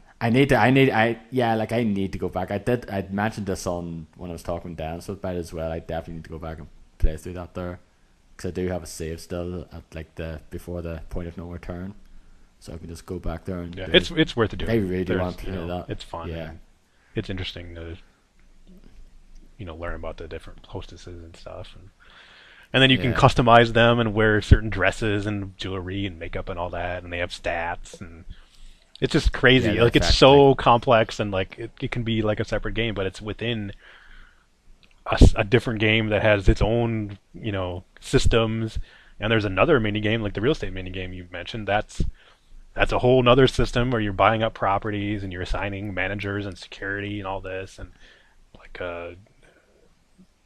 there's also a sub story with each like region of the Kamurocho. Each one has like there's an entertainment district and there's like the pleasure district and the gambling and all that. And yeah, there's like a boss essentially for each one of those that you fight. Well, actually, you do fight. Like you actually fight them in the combat. yeah. That's the thing. Yeah, when you get to a certain percentage of ownership of that district, then like this guy comes along and you have to do a certain challenge where it's like karaoke or something along those lines, and then when you get like 100% or whatever, then you have to fight them. Yep. That was the way that real estate Yeah. worked. No. Um, and that takes a lot of work to finish it all because you need like tons of money. But luckily, you make a lot of money from each of your properties as you and it keeps building as you keep going. And then having Mr. Shakedown, farming him, that definitely helps a lot to just purchase the new properties and upgrading all of them. Um, Yeah, like the most expensive properties and like the last one is like a billion I think yen. so, So yeah. it is. And the final story with that is pretty interesting. Like there's like a nice twist in there that I was not expecting at all. That's for sure. So I never got that far. I said we got to like the last area. Again, I like to go back and do yeah, it as well. We got to like I got to the last yeah. one. If I was gonna replay the game ever, I would like to mess around with like all those like costume changes that you can do, or like you can switch between Majima and Kiryu at the fly. I think it's called like Premium Adventure Mode or something. Yeah, that's right. I think I could go into it though. Actually, yeah, and that's just basically go and do that, scrub stuff up, and you can just do your like the sub stories and activities and stuff like that. There, like I probably can just jump into it then and probably continue on with the Mm. cabaret stuff rather than the actual save. Um, what was I gonna say? Um, I guess when I mentioned that it feels so satisfying, like that even translates into like when I said the combat feels satisfying, like doing heat actions. Um, that just translates into the general tone of like the story mode, especially. Like there'll be moments where you're about to fight a boss, and you're like tearing off your jacket, and you're like bare chested with your tattoo on the back, and you're just like there was a moment where it was you, Kiryu, and then Nishiki, and like you're about to fight a whole bunch of guys, and they're both like tearing Yeah, off he their just coats, ripped and he's it. like, "Fuck Yeah, yes, let's do this." It's yeah, so like like satisfying and like empowering. I think to those moments. yeah, like that's yeah. The cinematography, those parts are just pretty Yeah, awesome. The way they work, though, they're very well like done. the editing, like the cutting, the way they cut, like the very fast cuts when they're like cutting off their like tearing off their jackets and stuff, and then like they go into slow mo too, like when you're like two like you and like the one of the bosses were coming at each other and like all like the text flying on a screen and stuff and Yeah, like the one with the final one, the final boss against Shibusawa is the one I really love when just butt heads together and then like punch or something and then like the his name comes up. yeah, That's pretty like yeah, it's so awesome. just excellent Yeah, stuff. like the The only like Kuze, that's the one of the things I didn't like about this game. Like you fight him 5 fucking times in that game. yeah you do I guess the last couple don't seem as powerful or satisfying, but like I think the final fight with him was like the hardest though, but other than that, the other times were like piss easy. yeah, I think the first time you fought him wasn't really that. It was pretty. I guess at that point in the game, it was kind of tough Yeah, it's because you pretty were still tricky. kind of learning But everything then and you like didn't have a lot of upgrades. yeah, But like when you fought him in the sewer, you're like, oh yeah, fuck, let's do this. Like when he's coming at you with the motorcycle and the pipe and all that. Like that was awesome. And um, yeah, like there's a lot of moments with like those boss fights or just fighting like scrubs and stuff like that were just so fun. Like it's so awesome. Um, and then in the main story, like it's really serious. Like um, it's just about real estate though. It's just so kind of mundane thing though, but like it just gets so like enticing though. Like you just want to see what happens next. It's just really well done, like kind of soap opera in a way. well, yeah, and there's it's two. It's kind of two stories because you're playing as two characters. You're playing as Yeah, Kiryu in Kamurocho, and then Majima in what is this? What is his Sotenbori? Yeah, Sotenbori. Yeah, Sotenbori. and they seem very separate, or they are kind of very separate at first, but they end up merging, towards the end, and um, everything's kind of coming together, and it's really really well done, really satisfying. And there's a lot some touching moments too, because they're spending a lot of time building these characters and developing them, and then certain things happen to these characters that are characters that you like and that you've grown to like love or like as the story progressed, and then something happens to them, and it's just it can be very or could be very emotional, if you're kind of that Yeah, type it's of just like a person. lot of depth. Yeah, just a lot of twists and turns. Like just like you didn't expect this to Hmm. happen. Like the guy, the one who's looking after Makoto, when he entered his van and exploded, I didn't fucking see that coming whatsoever. It's like holy Yeah. shit. Well, yeah. There's some things I think people probably figured out like early on, but I guess I didn't. For me, it was always like a surprise or something I wasn't expecting.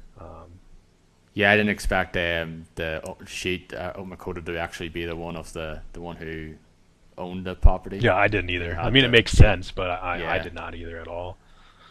yeah Um, yeah, that game's so damn good. I love that game so much. yeah. And it just Like it was my first purchase of last year as well, and ended up being my game of the year. Like I said, that was the yeah. weird thing.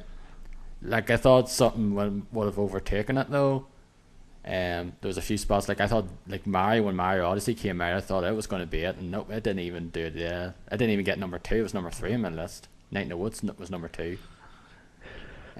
Yeah, Yeah, and since this game is so good, it was just so disappointing that Kiwami was not anywhere yeah, near Kiwami. as good. I know you said it's just a remake of the first and stuff, but you know, I was expecting it to be as good at least. But unfortunately, it was not.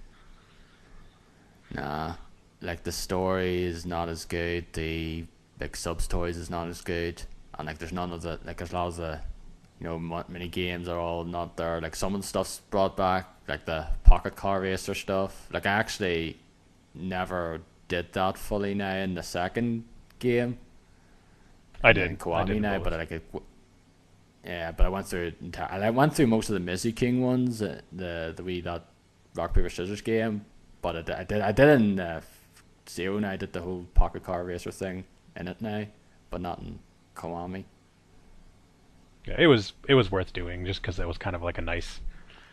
It was a nice connection to Yakuza Zero and Kiwami that most of the game didn't really have as much, because so many characters would get killed off so early or change so dramatically. So Yeah, like Dojima, who's like one of the sort of like Kenny's like the sort of big character, like antagonist. Well, not big antagonist, but one of the sort of big antagonists. Like he dies in like the first, 30 minutes. You see Yep. him dead because Nishikiyama killed him. yeah, and like Kuze's not in it at all, and No, Kuze, Shibusawa, well, Lawano but was right, dead but pretty yeah, much. those guys aren't in it. So I highly recommend everybody to play Yakuza Zero. It's so much fun. There's so much to it. You could spend 60, 70 hours in it. Um, I spent 70 hours or so. That was my I think I playtime. was like Don't regret it whatsoever. 90 something. I think I'm not positive, but Yeah. it was a lot for sure. But yeah, if I put another more time into the cabaret and finished the real estate wolf, it probably would have been another 10, Hmm. 20 hours Yeah, on yeah, top of that. So it would have been such a damn good game. yeah. Like I didn't like it was just one of the biggest surprise for me though. Like I didn't expect it to be my Well, yeah, favorite I game think to be that honest with you. if we will talk about surprises, this would definitely be the number one for most surprising. Like, because Yeah. I like knew nothing about the game even coming out. I heard good things about it when it came out, and then decided to just pick it up, just on word of mouth only. Um, like being vaguely familiar with what the Yakuza games are, and just ended up being my favorite game of the year. Like, it wasn't even close, really. Like, it was hands down for me, like number one. Like, it wasn't a debate. Like, oh, should I put Neo number one? And it was definitely Yakuza Zero. Like, there was no, there's no doubt in my mind at all. And it's been a while for me, at least, for picking my favorite game, like so dramatically number one, if that makes sense. Yeah. I think the last one I could probably say that about was probably a link between 2013 Yeah, and part of it was just was that probably like it that. was like so early in the year. Like it's been cemented as my favorite Yeah. game of the year for like most of the year. So Yeah. Yeah, that's definitely the case though. Like yeah, like I said, like 2013 Nino Kuni would have been my game of the year, and that came out at the start of the year as well. And then Link Between Worlds came out, and then I played it. It's like this is just hands down my game of the year. Not going to even top it. I just fucking mm, love this game because, like I said, it was a sequel to my favorite game of all time. So of course I was gonna yeah. do well. So I think we've gone on long enough. That's for fucking sure. Yeah. Just before we finish things off, so what are some of your most anticipated games of 2018? Um, boy. Well, let's see. Um, Actually, before you go into it, did you see there's a new Gundam Breaker game coming out? yeah, there's a new Gundam Breaker game that's on PS4 only. So the last three have all been, well, two and three I think have all been Vita. Maybe the first one was on PSP. I don't know, but this is PS4 only, so it's going to look a lot better because before it was like a Vita game that was ported to PS4. So now it's actually going to be developed on PS4, so it'll look a lot better. Um, It's actually coming worldwide as well, so it's not just a Asia thing. is it? I don't. I guess I didn't read that. I read it on videogamer.com. It said it's released Okay. worldwide Well, in if 2018. that's the case, then that's great. I will be buying that for sure. There's a new Super Robot Wars game, which hopefully will have another English version. Although I have, was it original generations, and then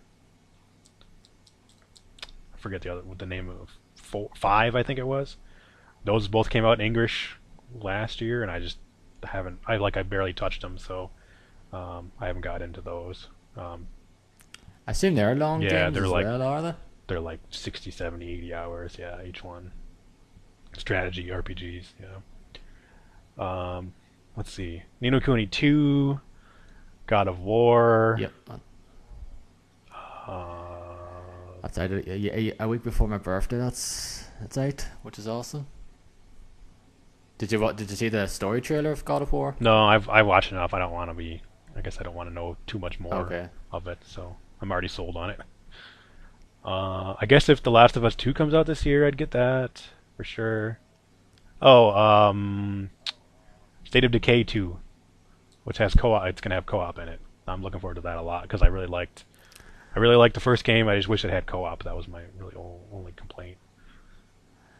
I've been listening to this podcast called JoyPod, this British podcast, and I've been going through like it's no longer around though. Although like some of the people on it are on this one called Computer Game Show, and I've been going through the old JoyPod episodes, and someone talked about State of Decay in it, and from one of those podcasts from 2013, and I was like, I kind of want to play this game. Like I know you talked about it before as well, so you really liked it. I think it was in your top 10 one year, Yep. wasn't it? I Yep. believe so.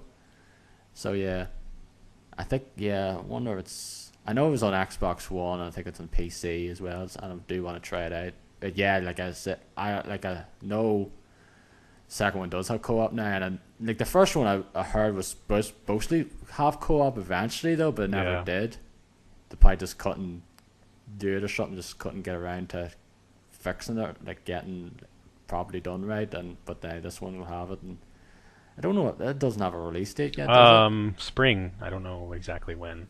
Just spring, okay. So yeah, definitely looking forward to getting more co-op games is fine with me. Yeah, I hope it has cross-platform play because my friend, a different friend that I don't usually play games with, he has an Xbox One. He doesn't have a PC, but he loves that first game. He played like tons and tons of hours. Like that was if he would have done like a game of the year, thing, that would have been his game of the year for sure. Um, I know Gears of War 4 has cross-platform play, and it is a Microsoft exclusive yeah, game now yep. anyway, State of Decay 2, so I assume it would be the same Yeah, I thing. would assume so, So but hopefully I that is don't the know for case. sure if it will. Because I'd play with him definitely. Um, Like, do you have if you had to pick like one game, what would be your most anticipated game? Do you know? Like, yeah, I don't know. I guess I haven't really put a whole lot of thought into it, like what's actually coming out this year. Um, it was honestly was Dragon Ball Fighters for a while, but I've been playing Monster Hunter World and I haven't even played it and I bought it. So, uh, yeah, I don't know. yeah, you know, like it's Shenmue 3, obviously that's Oh fine yeah, if it comes yeah. out this year, hopefully. But yeah, it's like Shenmue 3, God of War, and Red Dead Redemption 2 are my top three, and like Ni no Kuni 2 will be close Mhm. behind. Yeah, I'll probably get Red Dead Redemption 2 as well, but I'm not like super excited for it. I guess I kind of want to wait and Did you see like the first? what it's like. Did you like the I first one? liked, yes, I did like it. I didn't like the multiplayer, but I did like the story and the I loved gameplay. the multiplayer in that game. That was like the last good multiplayer in the I Rockstar game hated I it because every enjoyed. time we'd play, like we'd get invaded basically by other people, like when we were trying to do something, and I hated that. That was when I played with James Wenley. I don't know if you know who he is. He was like on GameSpot way back. Yeah, So I had played with him a bunch. yeah. I hadn't played it with like you or Dennis at all at that time. No, yeah, I played actually. I remember that well because I played Halo 3 co-op, the second part of that campaign with Dennis and him and James Okay. Logan, and that was like one of my most favorite gaming experiences I ever had. It was just so fun. Yeah, I don't know. I guess I don't really have a number one. I really looking forward to State of Decay too, honestly, because of co-op and probably God of War, I suppose. There's not much out next month that I'm particularly looking forward to getting. Like the only game I'm any interested in is Kingdom Come Deliverance, which I really hope is good. Is that like hack and It's slash like sort of strategy like kind of thing that was on like Xbox? no, No, it's an open world kind of game. It's like pretty much like kind of like medieval Oblivion, Oh, pretty much. okay. Huh. I guess I don't know. I haven't seen anything on that game, I don't think. You're probably thinking of Kingdom Under Fire, so you are. Like that's what you're thinking of. Probably, yeah. Yes, Kingdom Come Deliverance. It was a Kickstarter game, I believe, as well. So Oh, it's finally coming out. that's probably why I've never heard of it, because it's a Kickstarter game. Yeah, Got it. Huh. yeah, I'll have to look up some stuff on it. yeah. Looks quite good as a medieval game. Um, some gameplay features, like certain missions you can do in certain ways and stuff like that. Which is pretty Huh. cool. It's out on the 13th. I think it's the only game out next month that I'm interested in playing. I'll have to look up what else is coming out, but that's the only one that I know of. I think there's something. Oh yeah, I'm gonna get the Shadow of Colossus remake and finally play it. So, Oh, you never played no, it? no. I played the PS3 version. It's very good. I like I said, I like that game, but I've like no desire to play the. Like it does look nice though, from what I've seen PS4 version, but it's like yeah, I've played through that game already, and the fact is all it's really is just basically a graphical upgrade. There's nothing else added to it as far as I know. There might be a photo. I think there's like a photo mode. I don't know if that was in the PS3 version now, but there's a photo mode I Yeah. believe, and that's it. But there's nothing new. It's like no new Colossi or everything like that now. But yeah, it's definitely a really good. It's a great game. Yeah. So anything else you want to mention before we wrap things No, up? I don't think so. It was a, I think it's a good year for games. A lot of good games. Several I didn't get No. to play. Yeah. Yeah, it was definitely a fantastic year though. Like it was definitely one of the best ones from my opinion. It's like 2007 was one of those ones as well, and 2017 was. I think it's going to be every 10 years. It's going to be a new like a definitive up in 2027 is going to have a good year as well, is it? I don't know if we're still around here at that point in Yeah. time. Well, I think 2008 had a really good year, so maybe 2018 will have another good year too. Oh, yeah, 2008 also had a good Yeah. year. I had Lost Odyssey for me and Metal Gear Solid 4. So, Which both are some of my favourite games of the generation. But anyway, thank Yeah. you, Derek. I didn't expect this to go on for No. 3 no, hours. I didn't either, to be honest. Yeah, we can sort of ramble. But yeah, thank you very much.